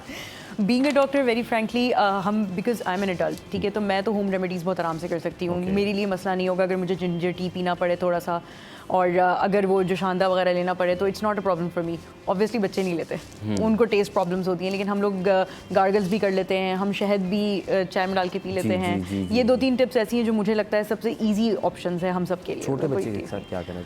छोटे बेबी के साथ आप प्रिवेंशन पे ज़्यादा फोकस करते हैं। जितना छोटा बच्चा उतना ज़्यादा आपका सारा टारगेट होगा कि बचाओ, बीमार होने से पहले ही बचा लो, क्योंकि जितना छोटा बच्चा उतनी सीवियर उसको बीमारी। अगर गोद का बच्चा है ना, जैसे अंडर 1 ईयर ओल्ड, तो उसको गले की बीमारी इतनी ज़्यादा होगी नहीं, ठीक है, क्योंकि एक तो उसकी डाइट इतनी ज़्यादा नहीं है और उसके गला उस वक्त इतना ज़्यादा टॉन्सिल्स वगैरह बने हुए नहीं होते। लेकिन चेस्ट कंजेशन सबसे ज़्यादा कॉमन है छोटे बच्चों में, जो गोद के बच्चे हैं, और स्पेशली वो बच्चे जो इस वक्त बैठना शुरू नहीं हुए, लाइक अंडर 6 मंथ्स, सबसे ज़्यादा चेस्ट कंजेशन उनमें कॉमन होती है। They don't have the capacity कि खांस के बलगम निकालें, वो जमा होता रहता है, ना वो नाक झाड़ने के काबिल है, ना वो गला साफ़ करने के काबिल है। क्या करें उसके लिए? देखिए उसके लिए चीज़ तो ये है कि पहली चीज़ मैं मदर्स को यही गाइड करती हूँ कि जितना हो सके बच्चों को क्राउडेड एरियाज़ में नहीं लेके जाएँ। एक तो ये सीज़न शुरू है, आपको पता है अनकरीब शादी का सीज़न आ रहा है, दावतें वातें बहुत ज़्यादा होती हैं, फिर मॉल्स एंड मार्केट्स में हर जगह बच्चों को लेके ना जाएं, क्योंकि जितनी आबादी होगी उतने ज़्यादा वायरल इन्फेक्शन का लोड होगा, बच्चा उतना इनहेल करेगा, जितना सांस में जाएगा। पेरेंट्स समझते हैं कि कपड़ों से ढाँप दो तो ठंड नहीं लगेगी तो बच्चा बच जाएगा, ऐसा नहीं है। ठंड मीन्स ज़ाहिरी ठंड, हवा। आपने बेसिकली माहौल से बचाना है, क्योंकि आप बच्चा तो इनहेल कर रहा है ना, सांस ले रहा है, तो वो कॉमन एयर जो है वही सांस ले रहा है। तो जितने लोगों की वहाँ पे झुंड होगा, जितने लोगों का वहाँ पे क्राउड होगा, उतने वायरसेस बच्चे के लंग्स में जाएंगे, उतना बच्चा मुतासर होगा। तो पहली चीज़ प्रिवेंशन, और प्रिवेंशन का पार्ट फिर वैक्सीनेशन टाइमली करवाना। हाँ, लोग वैक्सीनेशन वगैरह से थोड़ा सा इस्तेमाल थोड़ा वो डॉक्टर साहब बुखार हो जाता है, मैं डर जाती हूँ, तो मैंने कहा चलो डिले कर दूँ। भाई बुखार ज़्यादा डेंजरस है या बीमारी डेंजरस? जब वैक्सीन ना कराई जाए तो फिर क्या नुकसान होते हैं? एक्सपोज्ड, एनीथिंग कैन हैपन, बच्चा एक्सपोज्ड है, कुछ भी हो सकता है। फिर बड़े नमूनिया के चांसेस बढ़ जाते हैं। फिर नमूनिया नहीं रहेगा, वो सिवियर नमूनिया होगा। सिवियर इतना होगा वेंटिलेटर की नौबत आ जाती है, गॉड फॉरबिड। क्यों? क्योंकि सांस लेने की बच्चा थक जाता है। बच्चे को वेंटिलेटर क्यों चाहिए? वो थक गया है, वो सांस नहीं ले रहा, वो थक गया, हार गया, अब हमें वेंटिलेटर देना है, ठीक है, गॉड फॉरबिड। दूसरा गर्दन तोड़ बुखार जो सबसे ख़तरनाक बीमारी है, ठीक है, उसके चांसेस बढ़ जाते हैं, रिस्क्स बढ़ जाते हैं। ठीक है, हाँ, बच्चा फीस भी मैं देखा है वो हो जाता है बिल्कुल। आपने बेसिकली हर उस बीमारी से बच्चे को बचाना है जो जानलेवा बन सकती है, और ये 2 बीमारियां ऐसी हैं जो हमारे यहाँ मेजर कॉजेज़ हैं जान के ख़तरे के। जान के खतरे। आपकी तरफ से कोई पैगाम जो मोस्ट आप फील करती हैं जब पेरेंट्स बच्चों को लेकर आते हैं आजकल, सबसे क्या चीज़ें आपके सामने? देखिए, सबसे इंपॉर्टेंट चीज़ मैं पेरेंट्स को ये कहूँगी कि फ़र्स्ट एड सबको आना चाहिए। बुखार की दवा, उल्टी की दवा, कंजेशन की आजकल नेबुलाइजर हर एक के पास है। अब फ़र्स्ट एड ना, अब जो भी आपका कंसल्टेंट है, जो भी आपका डॉक्टर है, बच्चे का स्पेशलिस्ट है, उससे आप फ़र्स्ट एड अपने पास लिखवा लें, ताकि गॉड फॉरबिड कोई भी हालात हो, अगर आप उठ के फ़ौरन डॉक्टर के पास नहीं जा सकते तो घर में फ़र्स्ट एड का इस्तेमाल कर लें।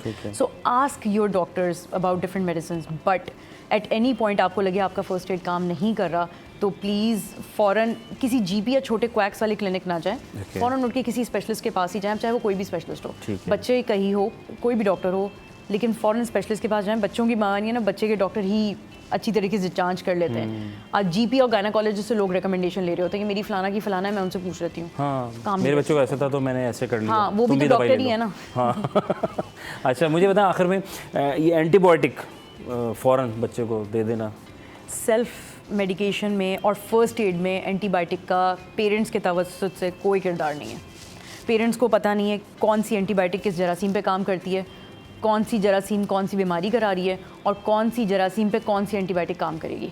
तो चूँकि पेरेंट्स को ये तीनों चीज़ें नहीं पता हैं, तो इट्स वेरी इंपॉर्टेंट कि वो आके एटलीस्ट एंटीबायोटिक डॉक्टर से रिकमेंडेशन पे लें। फर्स्ट एड घर में देते हैं, बुखार के लिए बुखार की दवा, खांसी के लिए खांसी का शरबत, उल्टी के लिए उल्टी की दवा। एंटीबायोटिक डॉक्टर ही रेकमेंड करेगा कि इस बीमारी के लिए इस वक्त इस जगह पे कौन सी एंटीबायोटिक और किस खुराक में काम करेगी। खुद से नहीं करें, खुद से ना करें। वक्त की कमी, सवाल बहुत सारे थे, आपका आने का बहुत शुक्रिया। कम वक्त में मैंने कोशिश की कि बेसिक जो है जो हमारे यहाँ होते रहते हैं वो हम आपसे डिस्कस करें डिटेल के लिए, फिर वो आपसे रब्ता कर सकते हैं। और डॉक्टर इरफत साहब आपको बेहद शुक्रिया, तशरीफ़ फरमा, अल्लाह ताला आपको बहुत कामयाब करे। सब्र कीजिए और सब्र की तरकीब कीजिए, हर काम तहम्मुल मिजाजी से गुजारते रहिए। अल्लाह ताला हुकूक़ुल इबाद, हुकूक़ अल्लाह पर अमल पैरा होते रहिए। अल्लाह ताला की रस्सी को मजबूती से थामे रखिए। अपने मेज़बान अज़हर अली बेग को दीजिए इजाज़त। ज़िंदगी रही तो फिर होगी मुलाकात किसी नए टॉपिक के साथ। पाकिस्तान जिंदाबाद, अल्लाह निगहबान।